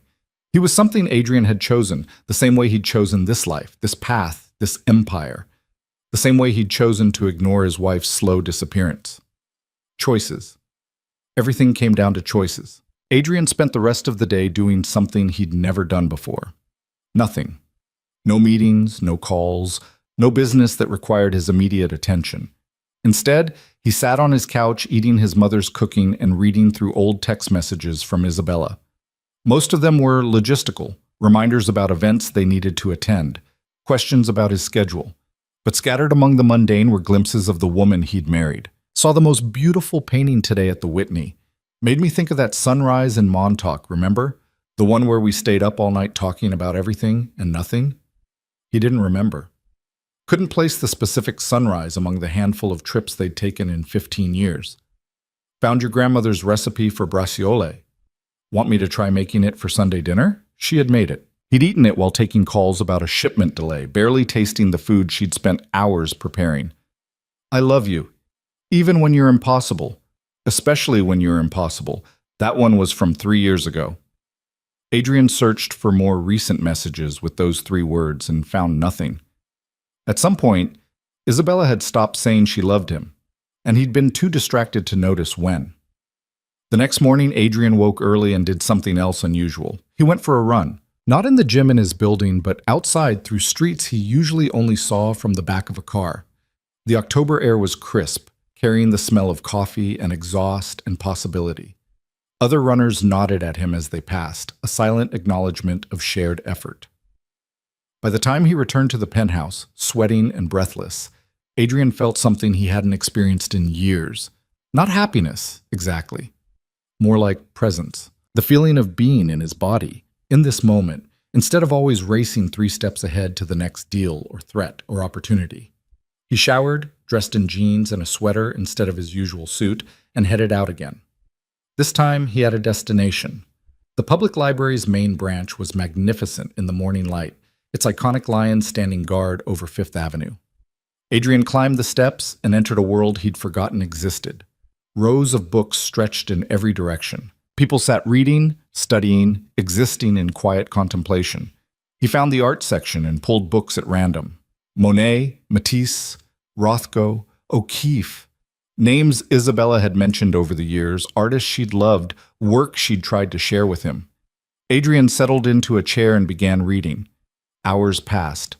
The light through the windows shifted from morning brightness to afternoon gold. Adrian absorbed information about color theory, brushwork, the way artists saw the world differently than other people. How they captured not just what something looked like, but what it felt like. Isabella had tried to teach him this, had tried to show him how to see beyond the surface of things, and he dismissed it as impractical, irrelevant to the business of building and maintaining power. "Excuse me, we're closing in 15 minutes. Adrian looked up, startled. A librarian smiled apologetically at him. "Of course. Thank you." He checked out 3 books, something else he hadn't done since college, and walked out into the early evening. The city was transitioning from day to night, office workers heading home, restaurants preparing for dinner service, the endless rhythm of New York carrying on indifferent to any individual's crisis. Adrian's phone rang as he walked. An unknown number. "Hello? Mr. Moretti, this is Jennifer Cho." His heart jumped. "Is Isabella okay?" "She's fine. I'm calling because she asked me to pass along a message." Adrian stopped walking, right there on Fifth Avenue, people flowing around him like water around a stone. "What message?" "She said to tell you thank you for signing the papers without fighting, for making this easier than it could have been." Jennifer paused. and she asked me to tell you that she hopes you find what you're looking for. The same words from her letter. Adrian closed his eyes. That's it? That's it, Mr. Moretti. I probably shouldn't say this, but my client spoke about you with more kindness than I expected. Whatever else happened between you, she doesn't hate you. She just couldn't stay. I know. I'm beginning to understand why. Good. That's good. Take care of yourself, Mr. Moretti. The call ended, leaving Adrian standing on a busy sidewalk holding library books about art and carrying the weight of his ex-wife's kindness like a stone in his chest. That night, he sat in the penthouse reading about Monet's Haystacks, the same series Isabella had told him about the day they met. How Monet had painted the same subject over and over, in different light, different seasons, different conditions. Not because he was obsessed with haystacks, but because he was obsessed with perception. With the way everything changes depending on how and when you look at it, Adrian thought about perception, about how he'd perceived his marriage as stable, his wife as content, his choices as justified, about how wrong he'd been on all counts. The next evening, he drove to Red Hook alone, leaving the Mercedes at home in favor of an older, less conspicuous sedan. Marco was already waiting outside Romano's social club when Adrian arrived, a squat brick building that had been standing since the neighborhood was actually run by longshoremen instead of hedge fund managers. You sure about this? Marco asked as Adrian approached. No, but I'm doing it anyway. Inside, the club smelled like cigars and old wood and the ghost of 1,000 deals, both legitimate and otherwise. Romano sat at a table in the back, flanked by two of his crew. He was older than Adrian, maybe 50, with the kind of face that had seen everything twice and been impressed by none of it. Moretti, heard you wanted to talk. Just us, Adrian said, gesturing to Romano's men. My guy waits outside, your guys wait outside. Romano studied him for a long moment, then nodded. His men left reluctantly. Marco followed, leaving Adrian and Romano alone in the dim room. You got balls, I'll give you that, Romano said. Coming here after I hit your warehouse. Most guys would have sent an army. I'm not most guys. That's what I'm counting on. Romano leaned back in his chair. Word is your wife left you. Word is you're distracted, making mistakes. I figured it was time to test that theory. And what did you learn? That you didn't retaliate, which either means you're weak or you're playing some kind of long game I don't understand yet. Adrian pulled out a chair and sat down across from Romano. Or it means I'm tired of the same old patterns. You hit me, I hit you back harder, you escalate, I escalate, and eventually people end up dead over 200 grand in merchandise that neither of us actually needs. So what are you saying? You're just going to let it go? I'm saying I want to propose something different. You keep the merchandise, consider it a loan. In exchange, you owe me a favor. Not now, not next week, but someday when I need something that doesn't involve violence or territory or any of the usual bullshit. Romano's eyes narrowed. What kind of favor? I don't know yet. Maybe I never collect. Maybe I just want to see if it's possible to do business differently in this city. You're serious? Completely. Romano poured 2 glasses of whiskey from a bottle on the table. He slid one toward Adrian. You know what I think? I think your wife leaving broke something in you, made you soft. Adrian took the glass but didn't drink. Maybe, or maybe it woke me up to the fact that there are things more valuable than winning every fight. Like what? Like being able to look at yourself in the mirror. Like building something that matters instead of just something that lasts. Adrian met Romano's gaze. Like not ending up alone at 50, surrounded by people who fear you but don't give a damn if you live or die. Romano flinched, just barely, but Adrian saw it. He'd struck a nerve. You think you're better than me? Romano asked, his voice quiet. No, I think we're exactly the same, and I think that's the problem. Adrian stood. Keep the merchandise. The offer stands. You owe me a favor, to be collected when and if I need it. And Romano, I'm not coming after you for this, but I'm also not going to forget it. The question is whether you're smart enough to recognize an opportunity when it's handed to you. He walked out without waiting for an answer, Marco falling into step beside him as they exited the club. What the hell was that? Marco demanded once they were in the car. That was me trying something new. Boss, you just let Romano rob you and walk away. You know how that looks? Like I'm weak? Like I'm broken? Good.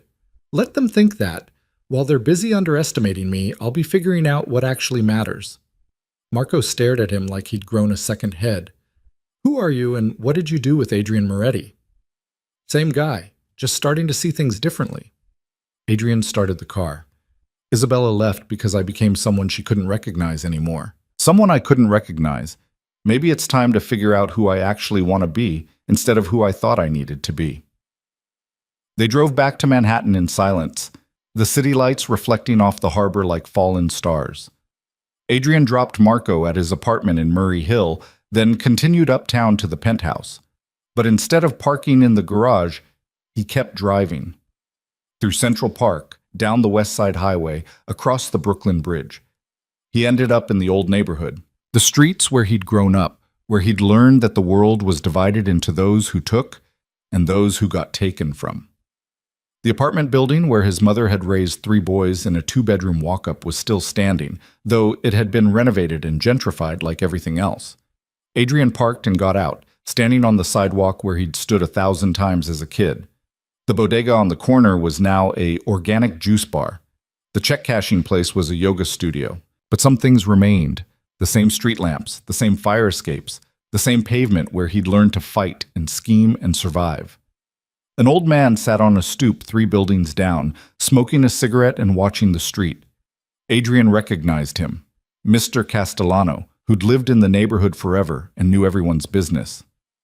"That you, Adrian Moretti?" the old man called out. Adrian walked over. "It's me, Mr. Castellano. How've you been?"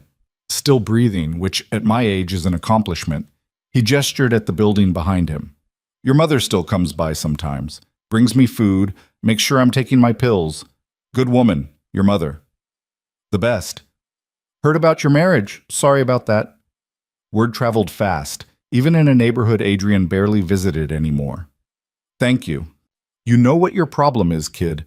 You spent so long trying to escape this place, you forgot what made it worth escaping from in the first place." Mr. Castellano took a drag on his cigarette. "Being poor ain't noble, but neither is being rich if all you got to show for it is a big empty apartment and nobody to share it with." "Sounds like you've been talking to my mother." "Don't need to talk to Elena to see what's obvious. You built yourself an empire, but what's an empire without a queen? Just a lonely king in a castle made of money." Adrian sat down on the stoop beside the old man. "You think it's too late? To become someone different? Too late? Kid, you're what, 40-something? You got half your life ahead of you still. The question ain't whether it's too late. The question is whether you got the guts to actually change.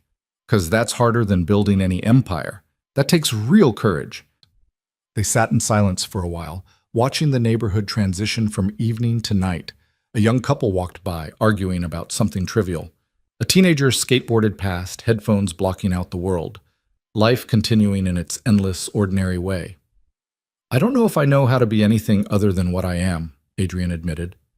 "Then you figure it out. One day at a time, one choice at a time. That's how anything worth doing gets done." "Mr." Castellano stubbed out his cigarette. "Your wife, she sounds like she figured it out. Had the courage to walk away from everything you built together because she knew it wasn't right anymore. That's strength, kid. Real strength." Adrian drove home with Mr. Castellano's words echoing in his mind. When he entered the penthouse, it felt different somehow, not quite as empty. Or maybe he was just learning to sit with the emptiness instead of running from it. He made coffee, something he usually left for Isabella or the housekeeper, and sat at the piano again.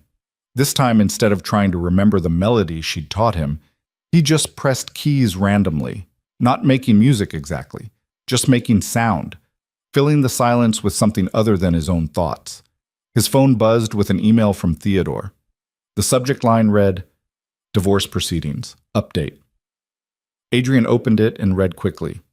The waiting period was progressing normally. Barring any complications, the divorce would be finalized in approximately 5 months.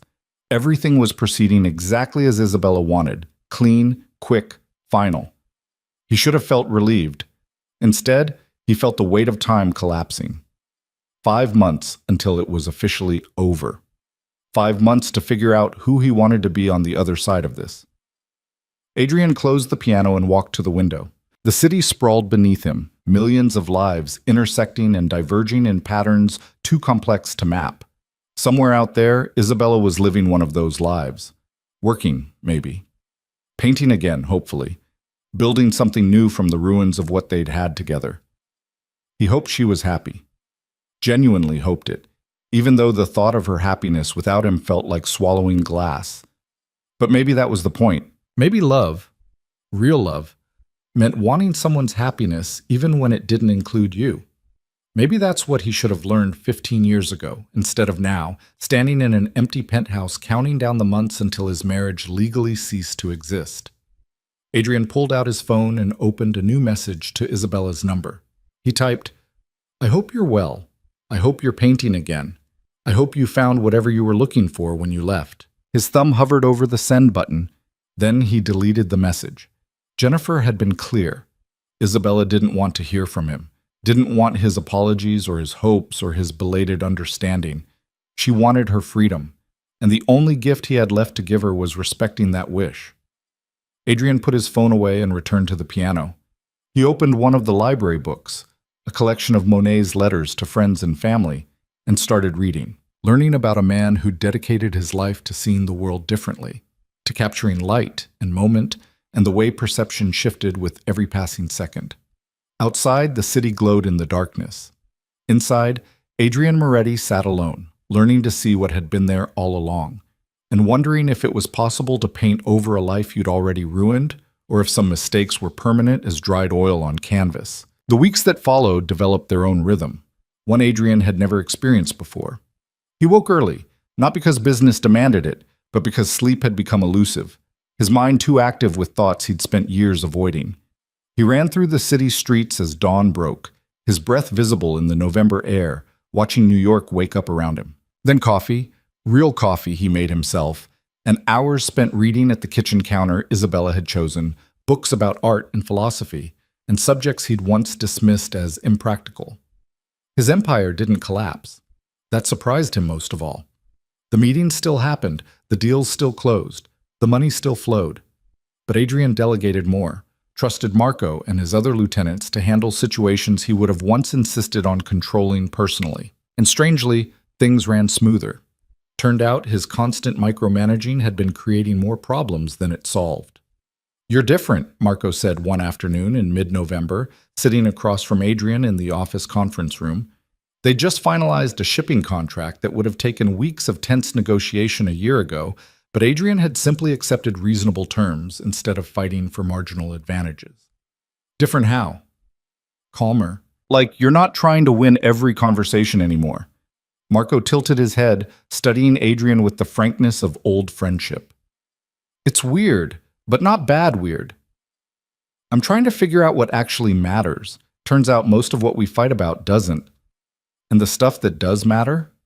Adrian thought about Isabella's empty closet, the divorce papers progressing through legal channels, the silence of the penthouse at night.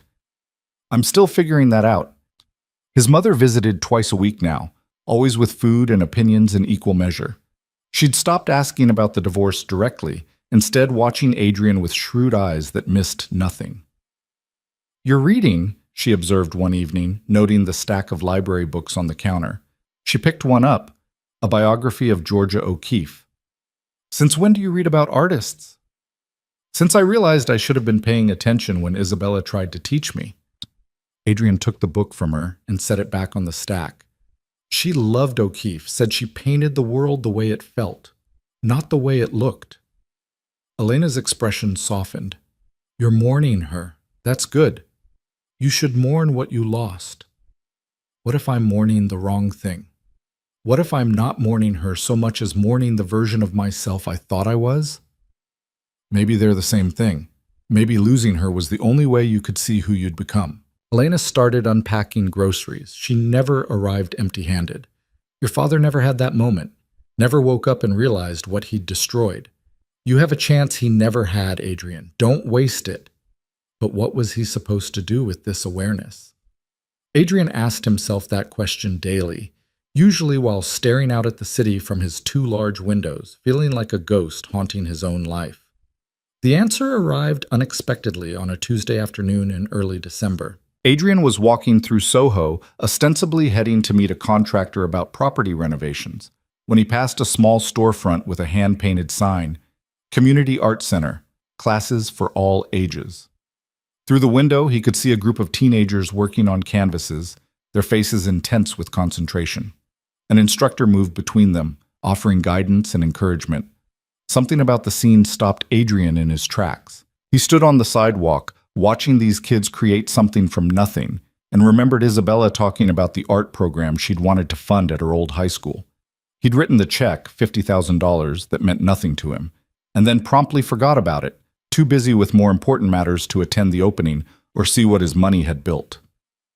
When was that? 3 years ago? 4? Adrian pulled out his phone and scrolled through old emails until he found it. The Russo Arts Initiative at Brooklyn Technical High School. Named for Isabella's family, funded by Adrian's money, forgotten by them both in the chaos of their disintegrating marriage. He changed direction, heading for the subway instead of the meeting. The contractor could wait. This couldn't. The train took him to Brooklyn, to a neighborhood he barely knew, to a school he'd never visited despite funding a program there. The building was massive, institutional, filled with the sounds of teenagers being loudly, messily alive. Adrian found the main office and asked for directions to the art wing. "You here to pick up a student?" the secretary asked, eyeing his expensive coat with mild suspicion. "No, I funded the arts program a few years ago. I wanted to see it." Her expression transformed. "You're Mr. Moretti? Oh my goodness, please, let me get Mrs. Chen. She runs the program. She'll want to meet you." Before Adrian could protest, he was being ushered down hallways covered in student artwork, through doors marked "Authorized Personnel Only," into a bright studio space that smelled like paint and possibility. 20 or so students worked at easels and tables, some painting, some sculpting, all completely absorbed in their work. A woman in her 50s approached, wiping clay from her hands. "Mr. Moretti? I'm Grace Chen. This is such a surprise. We had no idea you were coming." I should have called. I was nearby and thought I'd see how the program was doing. It's thriving, absolutely thriving. Come, let me show you. Grace guided him through the space, pointing out equipment and supplies, introducing students who barely looked up from their work. We serve about 100 students now across all grades. Some of them are incredibly talented, but most importantly, they're all finding a way to express themselves. For a lot of these kids, this is the only place they feel truly seen. Adrian stopped in front of a canvas where a girl of maybe 16 was painting a cityscape in bold, almost violent strokes. It reminded him of Isabella's early work, the pieces she'd created in their first apartment before life and marriage had smoothed away her edges. "That's beautiful," he said. The girl glanced up, surprised. "Thanks. It's supposed to be angry. Like, the city is beautiful, but it's also kind of crushing everyone in it, you know?" "I know exactly what you mean." Grace pulled Adrian aside as they continued the tour. "I have to tell you, this program literally saved some of these kids. We've had students get full scholarships to art school. But more than that, we've had students who are failing other classes start to succeed because they finally had something they cared about. Your donation didn't just buy art supplies, Mr. Moretti. It bought hope." The words hit Adrian harder than he expected. He'd written that check to make Isabella happy, to maintain the appearance of being a good husband, a philanthropic businessman. He'd never considered the actual impact, the actual lives changed by money that meant nothing to him. "Can I ask you something?" Adrian said. "Do you have room for more students, more programs?" "Always. We could triple our size if we had the funding. There's a waiting list of kids who want in, but we just don't have the resources." "What would it take?" "To triple the size, offer more classes, hire more teachers." Grace named a figure that made Adrian laugh. Not because it was large, but because it was so small. He spent more than that on suits in a year. He'd lost more than that in a single poker game. And here was a program that could change hundreds of lives, starving for an amount of money he'd barely noticed spending. "I'll have my accountant contact you by the end of the week," Adrian said. "Let's make it happen." Grace's eyes widened.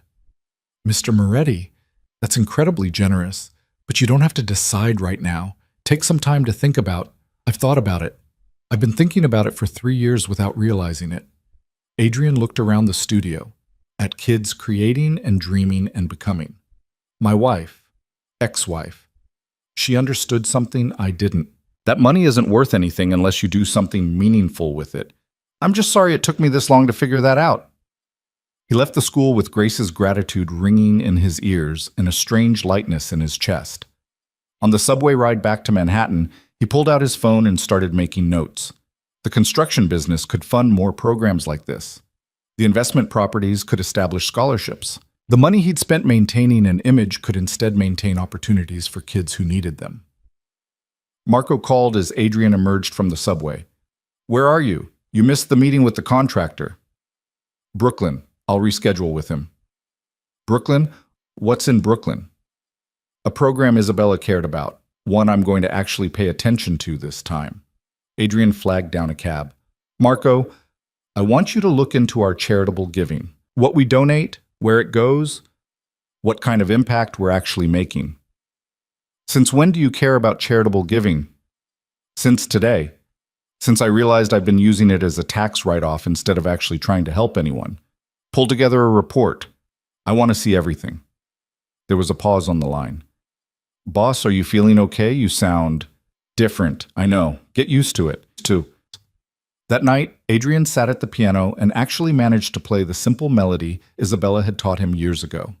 His fingers stumbled occasionally, but the basic tune emerged, recognizable, if not perfect. It wasn't much, but it was progress. His phone rang. An unknown number, but Adrian recognized the area code. Hartford, where Isabella's sister lived. His heart jumped. "Hello? Mr. Moretti? This is Angela Russo, Isabella's sister. Is she okay?" The question came automatically, panic rising in his throat. "She's fine. I'm calling because she doesn't know I'm calling, and she'd probably kill me if she found out." Angela sighed. "Look, I don't like you. I think you treated my sister terribly, and I'm glad she left. But I also know she's still struggling with it, and I thought you should know that." "What do you mean, struggling?" "I mean, she puts on a good face, but I can tell she's hurting. She left everything behind, Mr. Moretti. Not just you, her whole life in New York, the friends she made through your business, the charities she worked with. She's starting over from scratch, and it's harder than she expected." Adrian gripped the phone tighter. "Where is she? Is she with you?" "No, and I'm not telling you where she is. That's not why I called. I called because—" Angela hesitated. "Because she mentioned that you signed the divorce papers without fighting, that you made the whole process easier than she expected. And I wanted to say thank you for that. It's the least you could do after everything, but still. Thank you." "I want her to be happy, Angela. I know I have no right to want that, no right to care at this point, but I do. If there's anything I can do, there's nothing. The best thing you can do is leave her alone and let her heal." Angela's voice softened slightly. "But for what it's worth, the fact that you're asking says something. I don't know what exactly, but something." After she hung up, Adrian sat in the darkened penthouse, Angela's words echoing in his mind. Isabella was struggling, starting over, building a new life from pieces he'd helped destroy, and there was nothing he could do about it except exactly what he was doing, staying away, giving her space, letting her breathe. It was the hardest thing he'd ever done, harder than building an empire from nothing, harder than facing down rivals and threats. Because every instinct he had screamed at him to fix this, to find her, to make it right somehow. But love, real love, meant accepting that sometimes the best thing you could do was nothing at all. December passed in a blur of activity. Adrian threw himself into the charitable work with the same intensity he'd once reserved for business deals. He visited schools, community centers, youth programs. He wrote checks. But more importantly, he showed up. Learned names, asked questions, actually listened to the answers. "You're spending a lot of time on this," Marco observed one afternoon, reviewing financials in Adrian's office. "The donations are starting to impact our bottom line." "Good. We have more money than we know what to do with anyway." Adrian signed off on another grant proposal. "Besides, this is the first thing I've done in years that actually feels like it matters. What about the business? What about building the empire?" Adrian leaned back in his chair looking at Marco, this man who'd been loyal through everything, who'd become more brother than employee. "What's the point of an empire if all it does is make you rich and alone? I'd rather build something that outlasts me, something that actually helps people instead of just helping myself. Christmas approached with its usual Manhattan fanfare.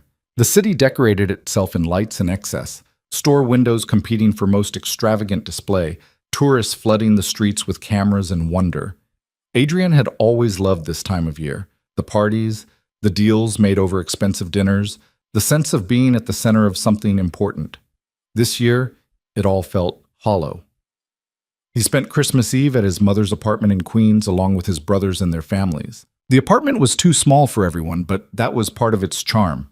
The forced closeness, the noise, the chaos of children and conversation, and his mother's cooking filling every corner. "Where's Isabella?"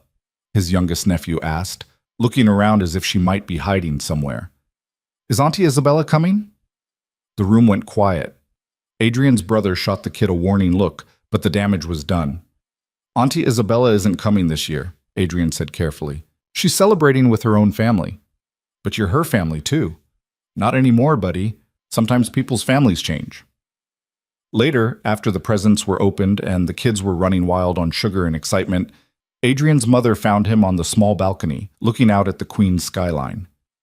"You okay?" "Yeah, I just needed some air." Elena stood beside him, bundled in a sweater against the December cold. "She's not coming back, you know. Even if the divorce falls through, even if you change everything about yourself, she's not coming back." "I know." "So what are you doing all this for? The charity work, the soul searching, the reading art books in the middle of the night?" Adrian thought about the question. What was he doing it for? "For me, because I don't want to be the person I was anymore. Because I want to look in the mirror and recognize who's looking back." "Good answer." Elena patted his arm. "Come inside. Your brother wants to challenge you to cards, and you know how pouty he gets when you say no." The new year arrived with the usual celebrations. Adrian spent it alone in the penthouse, watching fireworks over the harbor through his windows, thinking about resolutions and redemption, and whether either was really possible for someone who'd burned as many bridges as he had. His phone buzzed at midnight, a text from Marco. "Happy New Year, boss. Here's to better choices." Adrian typed back, "Two better choices." And Marco, "Thank you for sticking around while I figure out what those are." In January, Theodore called with an update. 4 months until the divorce is finalized. Everything's proceeding smoothly. Jennifer Cho says her client is satisfied with how things are progressing. That's good. Adrian, I have to ask, are you sure you don't want to try to contact her? Make one last attempt at reconciliation? The court would allow it. I'm sure. She asked to be left alone. I'm respecting that. Even though you still love her. Adrian hadn't said that, but Theodore had known him long enough to read between the lines. Especially because I still love her. She deserves peace, not another person making demands on her time and emotion. You've changed, Theodore said. I've known you for 10 years, and you've changed more in the last 6 months than in all that time combined. Is that a good thing? I don't know yet. Ask me in another 6 months. February brought bitter cold and the kind of gray skies that made even Manhattan look depressed. Adrian continued his routine, running, reading, working on programs that actually mattered instead of just deals that made money. He learned to cook basic meals from YouTube videos, not because he couldn't afford to eat out every night, but because he wanted to understand the satisfaction Isabella had found in creating something with her own hands. He wasn't good at it. His first attempt at pasta resulted in something that resembled rubber bands. His chicken came out simultaneously burnt and raw, a feat he hadn't known was possible. But he kept trying, the same way he kept trying to play the piano, the same way he kept trying to become someone worthy of the second chance he'd already lost. On a Thursday in late February, Marco came into Adrian's office with an unusual expression. What's wrong? Nothing's wrong. It's just, Romano called, wants to meet. Adrian's guard went up automatically. What does he want? To talk. Says he has a proposition. And boss? He specifically mentioned that night at his club. Said he's been thinking about what you said. They met at a neutral location, a coffee shop in the village, public enough to be safe, quiet enough to have a real conversation. Romano looked older than Adrian remembered, more tired. Thanks for coming, Romano said as Adrian sat down. I wasn't sure you would. You asked. I'm here. What's this about? Romano stirred his coffee, not meeting Adrian's eyes. Remember what you said? About favors and doing business differently? I thought you were full of shit.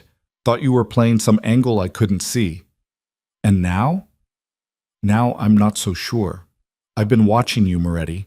Heard about the school programs, the community centers, the money you're throwing at kids who got nothing. That's not an angle. That's something else.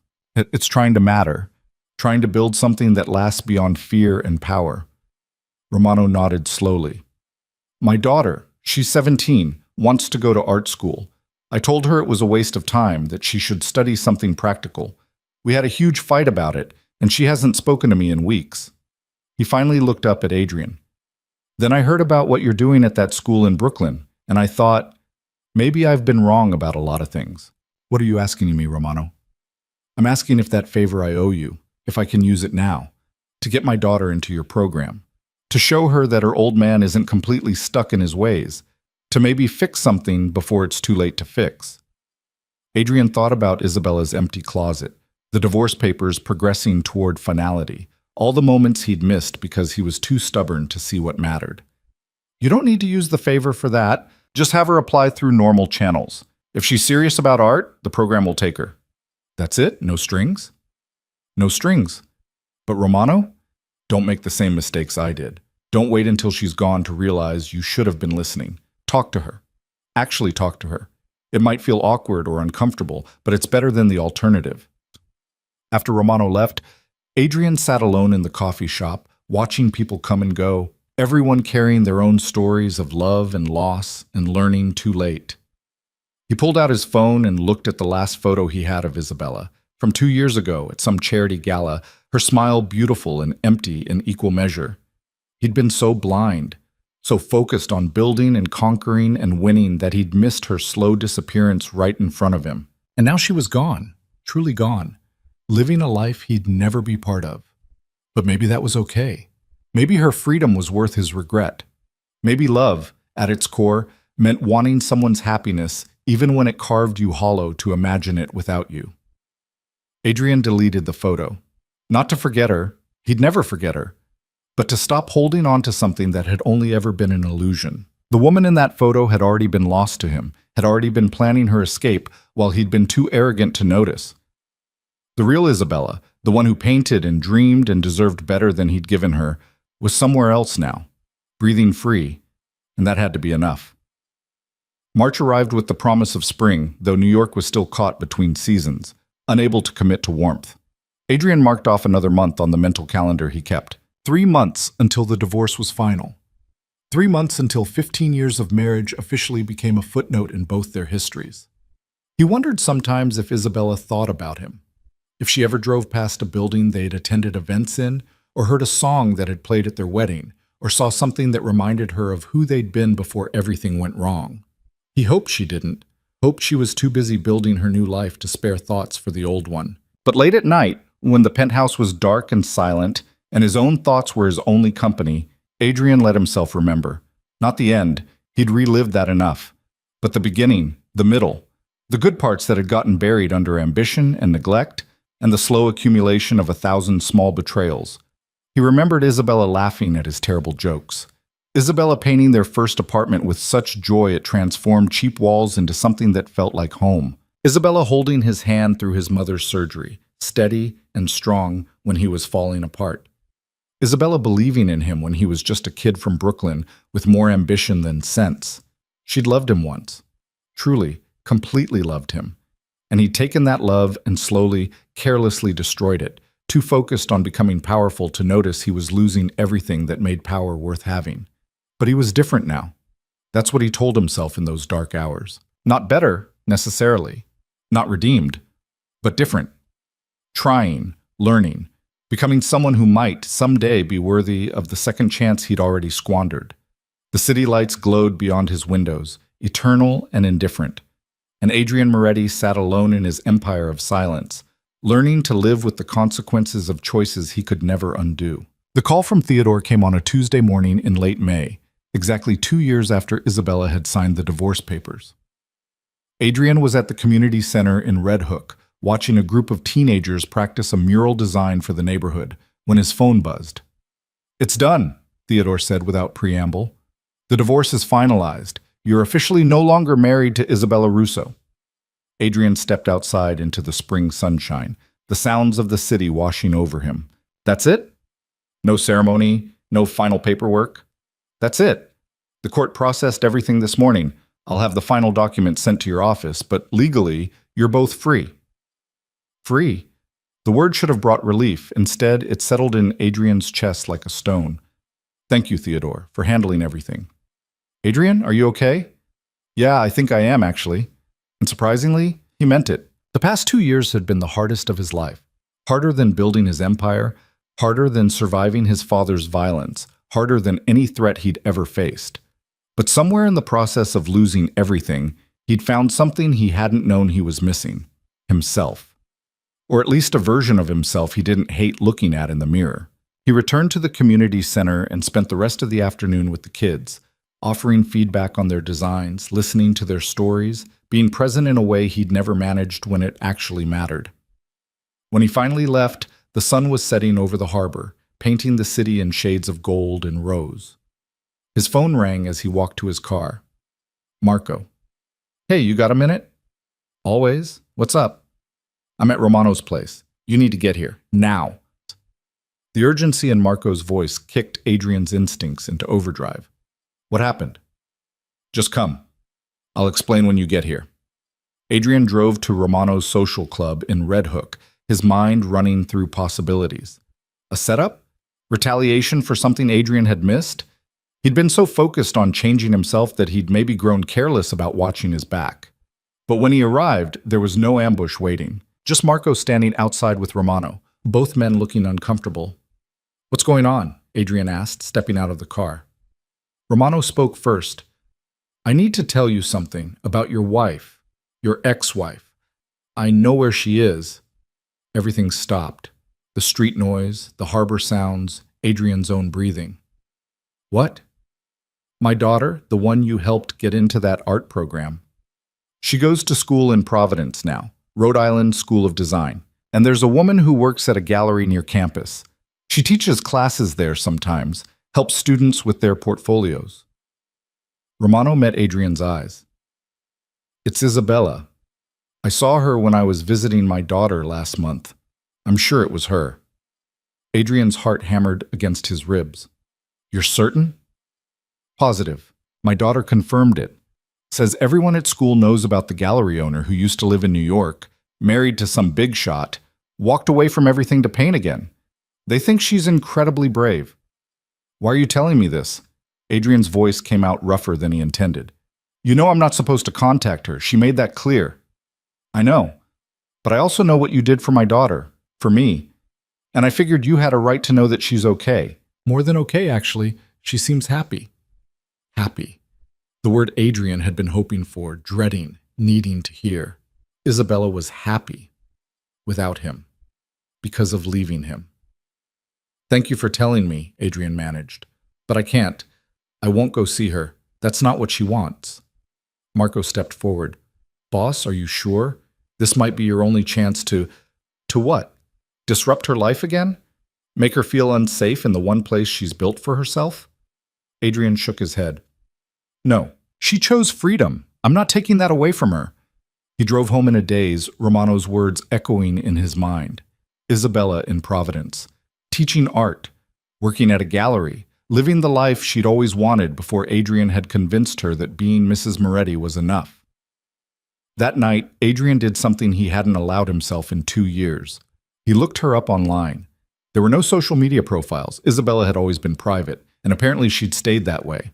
But he found the gallery Romano mentioned, Russo Fine Arts. The name alone made Adrian smile through the ache in his chest. She'd reclaimed her maiden name, her identity, her whole self. The gallery's website showed upcoming exhibitions, art classes, a statement about supporting emerging artists and making art accessible to everyone. It sounded exactly like something Isabella would create. Beautiful, meaningful, generous. There were no photos of her on the site, just images of artwork and the gallery space, a small, bright room with white walls and good lighting. But Adrian could picture her there perfectly. Isabella in her element, surrounded by art and artists, finally breathing free. He closed his laptop and sat in the darkness of the penthouse, wrestling with temptation. Providence was 2 hours away. He could be there by midnight, could stand outside her gallery just to see it, could maybe catch a glimpse of her from a distance just to confirm she was really okay. But he didn't, because that wasn't about her well-being. It was about his own need, his own inability to let go completely. And Isabella deserved better than a man who couldn't respect her boundaries even after everything he'd put her through. Instead, Adrian opened his laptop again and navigated to the gallery's website. There was a donation button, contributions to support art education programs and scholarships for low-income students. He clicked it and entered an amount that would fund the program for years. Then he paused at the name field. He could put his own name, make sure she knew he was supporting her work, that he'd changed, that he was trying to be better. But that would be just another way of inserting himself into her life, demanding recognition for doing what he should have done from the beginning. Adrian typed in anonymous donor and hit submit. The confirmation email arrived moments later, thanking him for his generous contribution to Russo Fine Arts. Adrian read it 3 times, then deleted it. This wasn't about recognition or redemption. It was just about helping something Isabella cared about continue to exist and grow, the way he should have been doing all along. Summer arrived with oppressive heat and the kind of humidity that made Manhattan feel like a sauna. Adrian's routine continued, running in the early mornings before the heat became unbearable, working on legitimate business deals that actually helped people instead of just enriching himself, volunteering at the programs he'd helped establish. "You know what's weird?" Marco said one afternoon, reviewing quarterly reports in Adrian's office. "The legitimate side of the business is actually more profitable than it used to be. People want to work with us because they trust us now, not because they're afraid of us." "Fear's expensive," Adrian replied, signing off on a construction contract. "It requires constant maintenance. Trust builds itself once you start earning it." "When did you get so philosophical?" "When I had nothing but time to think about everything I'd done wrong." Adrian set down his pen and looked at Marco, really looked at him. "Can I ask you something, honestly?" "Always." "Do you think I've actually changed, or am I just performing a different version of the same act?" Marco considered the question carefully. "I think you're trying to change. I think some days you succeed, and some days you backslide. But the fact that you're trying, that you're questioning yourself, that's new." The old Adrian never would have asked that question because he never would have doubted he was right.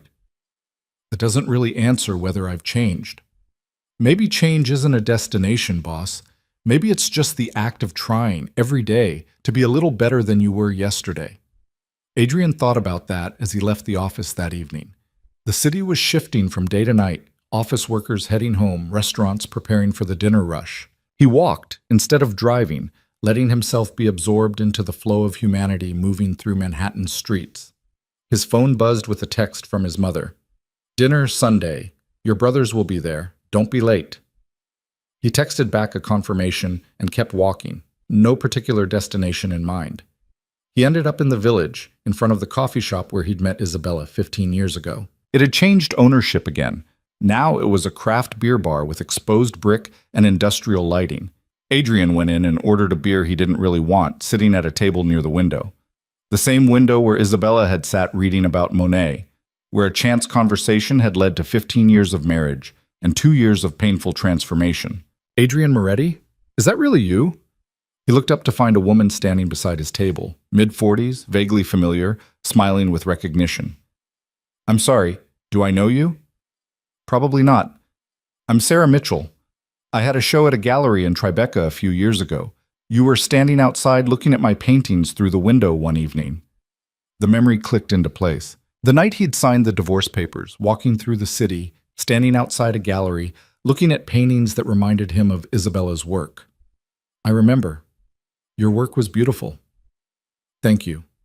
Mind if I join you for a moment?" At Adrian's nod, Sarah slid into the seat across from him. "I always wondered if you'd come back to the gallery. The owner said you seemed really moved by the pieces. They reminded me of someone, my ex-wife. She used to paint." "Used to?" "I assumed she'd stopped. But recently I learned she's painting again, running a gallery in Providence, teaching classes, doing everything she always wanted to do." Sarah smiled. "That's wonderful. Good for her." "Yeah, good for her." Adrian took a drink of his beer. "Can I ask you something? You're an artist, What made you start painting again if you'd stopped? Who said I stopped? I just assumed. I never stopped, even when I was working 3 jobs to pay rent.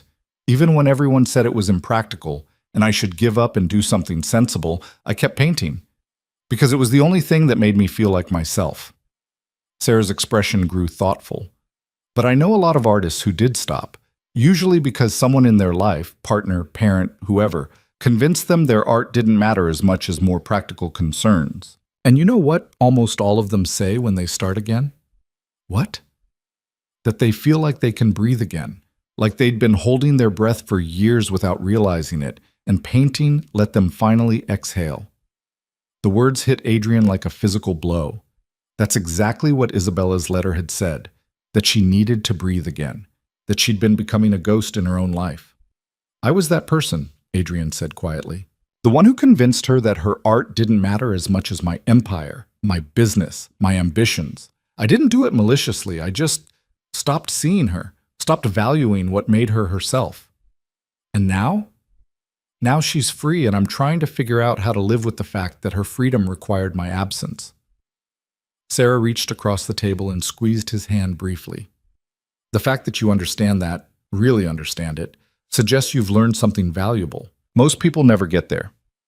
After she left, Adrian sat alone finishing his beer and thinking about breathing, about how Isabella must have felt suffocating in the life he'd built around her, trapped in a gilded cage of his own making, about how her leaving had been the only way she could survive, and about how his greatest act of love was letting her stay gone.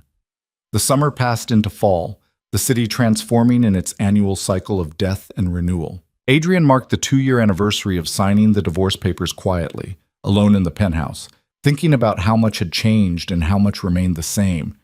He was still alone, still living in the same space Isabella had fled, still building an empire, though now he tried to build it with purpose instead of just power. But he was different too, softer in some ways. More present. More willing to admit when he was wrong. On a Saturday in October, Adrian was at the Brooklyn Art Program, now expanded to 3 times its original size, helping students prepare for their annual exhibition. His phone rang with an unknown Rhode Island number. His heart stopped. He stepped outside to answer. Hello? Mr. Moretti, this is Grace Chen. I'm sorry to call on the weekend, but I wanted to let you know. We received the most extraordinary donation to the program today. From Russo Fine Arts in Providence. A gallery owner named Isabella Russo. Adrian's breath caught. What? She sent a check along with a note saying she'd heard about the program from students at RISD and she wanted to support arts education in New York. She mentioned that she used to live here and knew how important programs like this were for kids who needed them. Grace paused. The note also said to send her thanks to the program's anonymous benefactor for inspiring her to do more. She knew. Somehow, Isabella had figured out that Adrian was behind the expansion of the arts program, had connected the dots despite his attempts to remain anonymous. Mr. Moretti, are you still there? Yeah, I'm here. That's wonderful, Grace. Thank you for letting me know. After the call ended, Adrian stood on the street outside the school, students' artwork visible through the windows behind him, and felt something shift in his chest. Not hope, exactly. He wasn't naive enough to think Isabella's donation meant she wanted contact or reconciliation, but maybe it meant she saw him trying, saw him becoming someone different than the man she'd left. Maybe that was enough. 2 weeks later, on a Sunday morning in early November, Adrian did something he'd been avoiding for 2 years. He drove to Providence. He didn't plan to see Isabella, didn't plan to go to her gallery or make contact in any way. He just needed to see the city where she'd rebuilt her life, to walk streets she walked, to breathe air that had touched her. Providence was smaller than New York, quieter, with a charm that came from history instead of ambition. Adrian parked near Brown University and walked, following the map on his phone toward the arts district where Russo Fine Arts was located. He found the gallery on a tree-lined street filled with cafes and boutiques. It was exactly as the website had shown, small, bright, welcoming. A sign in the window advertised an exhibition by emerging artists from RISD. Through the glass, Adrian could see paintings on white walls, sculptures on pedestals, people moving through the space admiring the work. But he didn't see Isabella. Adrian stood across the street, partially hidden by a coffee shop's outdoor seating, and just watched. Watched people enter and exit. Watched the gallery exist as this living thing Isabella had created. Watched her dream made tangible. He was about to leave, had turned to walk back to his car, when the gallery door opened and she stepped out. Isabella. 2 years older, her hair a little longer, dressed in jeans and a paint-stained sweater that reminded him of their early days. But the biggest difference was her face. She was smiling, really smiling, as she chatted with a young woman carrying a portfolio. The smile reached her eyes in a way Adrian hadn't seen in the last years of their marriage. She looked happy, actually, genuinely happy. Adrian's instinct was to cross the street, to call her name, to close the distance between them. But he didn't, because this moment wasn't about him. It was about seeing confirmation of what he'd hoped for, what he'd needed to know. Isabella was okay, more than okay. She was thriving. He turned and walked away before she could spot him, before he could disrupt her peace, before he could make this about his needs instead of her well-being. He made it 3 blocks before he had to stop, leaning against a building, breathing through the ache in his chest. She was happy. She was free. She was exactly where she needed to be, and he needed to let her stay there. Adrian drove back to New York with tears on his face, the first he'd cried since childhood, the first he'd let himself feel in 2 years of transformation. He cried for what he'd lost, what he'd destroyed, what he'd never get back, but also for what Isabella had found, for her freedom, her art, her smile. When he finally pulled into the garage beneath his building, the tears had stopped. Adrian sat in the car for a long moment, then pulled out his phone and typed a message to Jennifer Cho. I want to establish a foundation for arts education and supporting artists who need financial help to pursue their work. I want it to be substantial, enough to make a real difference. Can you help me set it up? The response came quickly. Of course. What do you want to call it? Adrian thought about Isabella painting their first apartment, Isabella teaching him about Monet, Isabella finally breathing free in a gallery she'd built herself, the Russo Foundation, for artists who need someone to believe in them. That's beautiful. I'll start the paperwork. Adrian climbed out of the car and rode the elevator up to the penthouse. The space felt different now, not empty exactly, just quiet, waiting for him to fill it with purpose instead of just possessions. He walked to the piano and sat down, placing his fingers on the keys. The simple melody Isabella had taught him flowed out more smoothly now, 2 years of practice showing in the way the notes connected, the way the music filled the silence. He would never get her back. That ship had sailed the moment she'd packed her closet and left divorce papers on the counter. But he could honor what she'd tried to teach him, could use the resources he'd built to help people the way he should have helped her, could become someone worthy of the love she'd once given him, even if that love was gone forever. The city lights began to glow beyond his windows as evening approached. Somewhere 2 hours north, Isabella was probably closing her gallery, maybe heading to dinner with friends, living a life that had nothing to do with Adrian Moretti and everything to do with the woman she'd always been meant to be. And Adrian was okay with that. Finally, genuinely okay with it. Because love, real love, meant wanting someone's happiness even when it excluded you, meant learning from your failures instead of just mourning them, meant becoming better not to win someone back, but because they'd shown you who you could be if you were brave enough to try. 6 months later, on a warm spring morning, Adrian was reading the newspaper at his kitchen counter when his phone rang. An unknown number, but the area code was local. Mr. Moretti? This is Rebecca Santos from the Metropolitan Museum. I'm calling about a donation we received yesterday for our arts education endowment. The donor listed you as the person to contact with questions. I didn't make a donation to the Met. Oh, I apologize for the confusion. The donation came from the Russo Foundation, but the paperwork listed you as... Oh, I see. You're the founder of the Russo Foundation. I'm so sorry. I should have realized. What was the donation for? Arts education for underserved youth in New York. It's incredibly generous, Mr. Moretti. This will fund our programs for years. After the call ended, Adrian pulled up the foundation's financial records. There it was, a substantial donation to the Met, authorized 3 days ago. Not by him, by Isabella. She had access to the foundation's funds. Adrian had set it up that way deliberately, naming her as a co-trustee even though they'd had no contact in 2 years. He'd wanted her to be part of it, to know that he was building something in her name with her values. He hadn't expected her to actually use the access. His phone buzzed with an email. From an address he didn't recognize, but the subject line made his heart stop. Thank you. Adrian opened it with shaking hands. Adrian, I learned about the Russo Foundation from a student who received a grant. When my lawyer confirmed that I was listed as co-trustee, I'll admit I was surprised and touched and uncertain what to do with that information. I've spent 2 years building a life that doesn't include you. It's been hard, but necessary. I've remembered who I am when I'm not trying to be Mrs. Adrian Moretti. I've painted more in these 2 years than I did in the entire decade before. I've helped students find their voice through art. I've breathed. But I've also watched, from a distance, as you've apparently been doing something similar. The programs you've funded, the changes you've made, they haven't gone unnoticed. People talk, and what they say suggests that maybe you've been doing some breathing of your own. I want to be clear, this email is not an invitation to contact me. It's not a door opening to reconciliation or renewed friendship. You hurt me deeply, Adrian. You made me disappear inside a life that looked perfect from the outside but felt like slowly drowning. But I also want to acknowledge that the foundation you created in my family's name is doing real good. That the man who would create something like that is different from the man I left.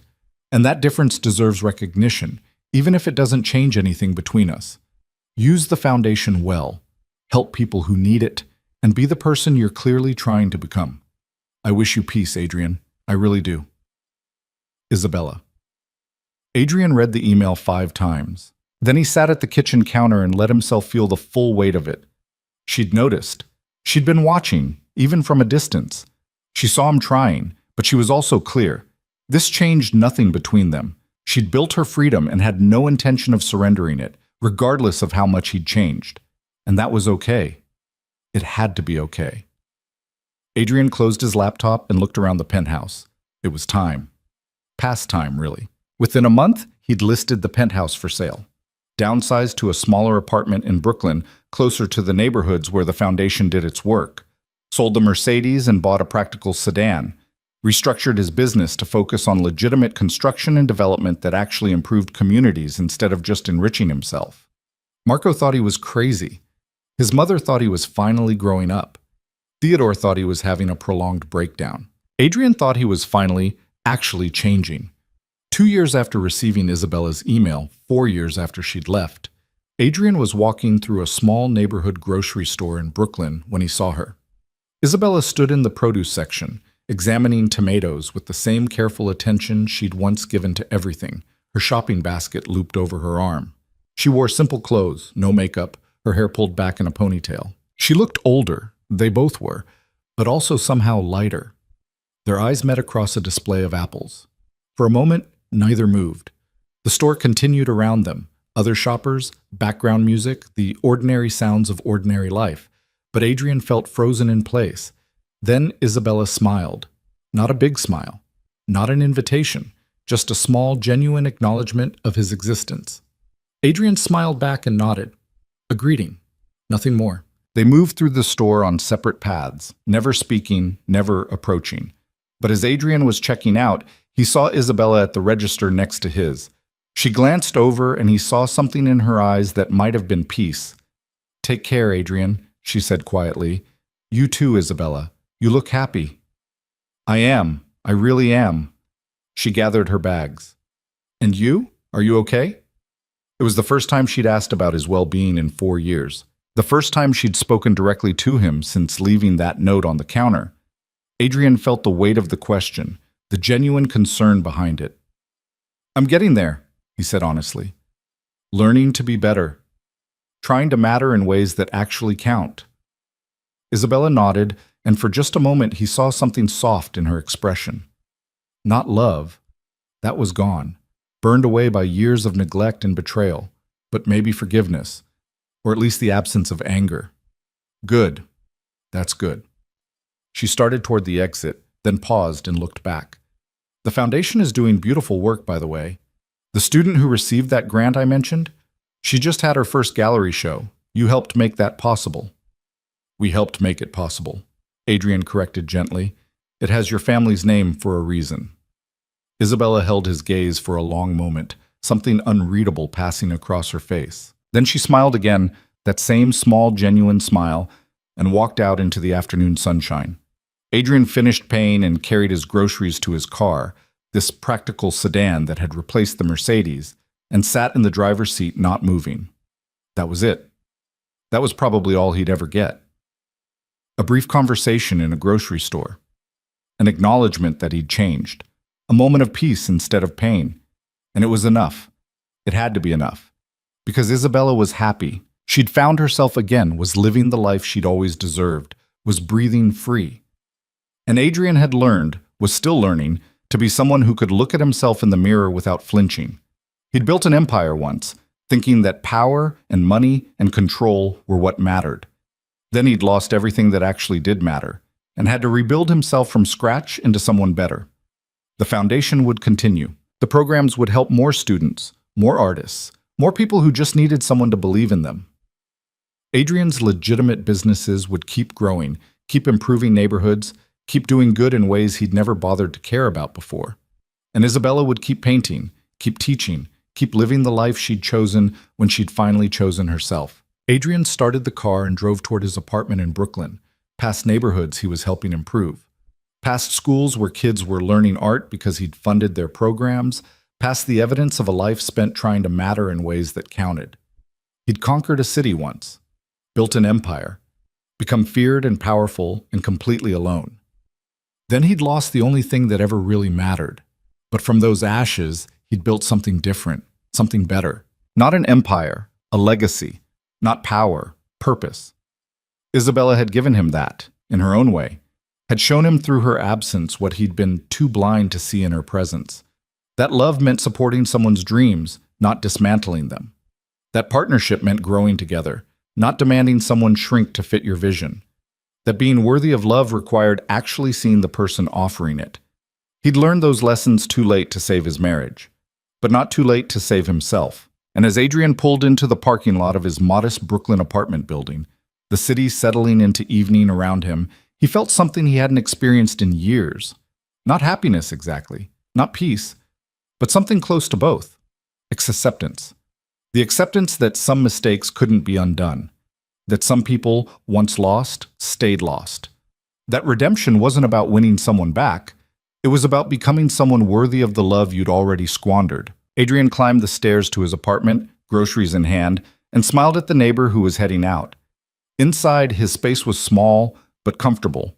No penthouse views, no marble counters, just a home instead of a monument to success.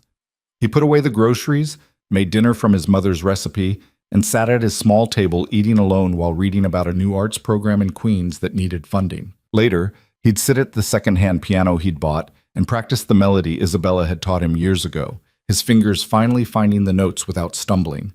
The king had lost his kingdom. The empire had fallen. And from its ruins, a better man was slowly, carefully emerging. Isabella was free, happy, living the life she'd always deserved. And Adrian Moretti was learning to live with the fact that her freedom had required his absence, that her happiness had cost him everything, and that sometimes the greatest act of love was letting someone go completely, even when it carved you hollow, even when it changed you forever, even when you'd spend the rest of your life becoming someone worthy of the second chance you'd already lost. The city lights glowed beyond his windows, smaller windows now, in a smaller space, in a quieter neighborhood. But through them, Adrian could see stars he'd never noticed from the penthouse. Small lights, distant, unreachable, but beautiful all the same.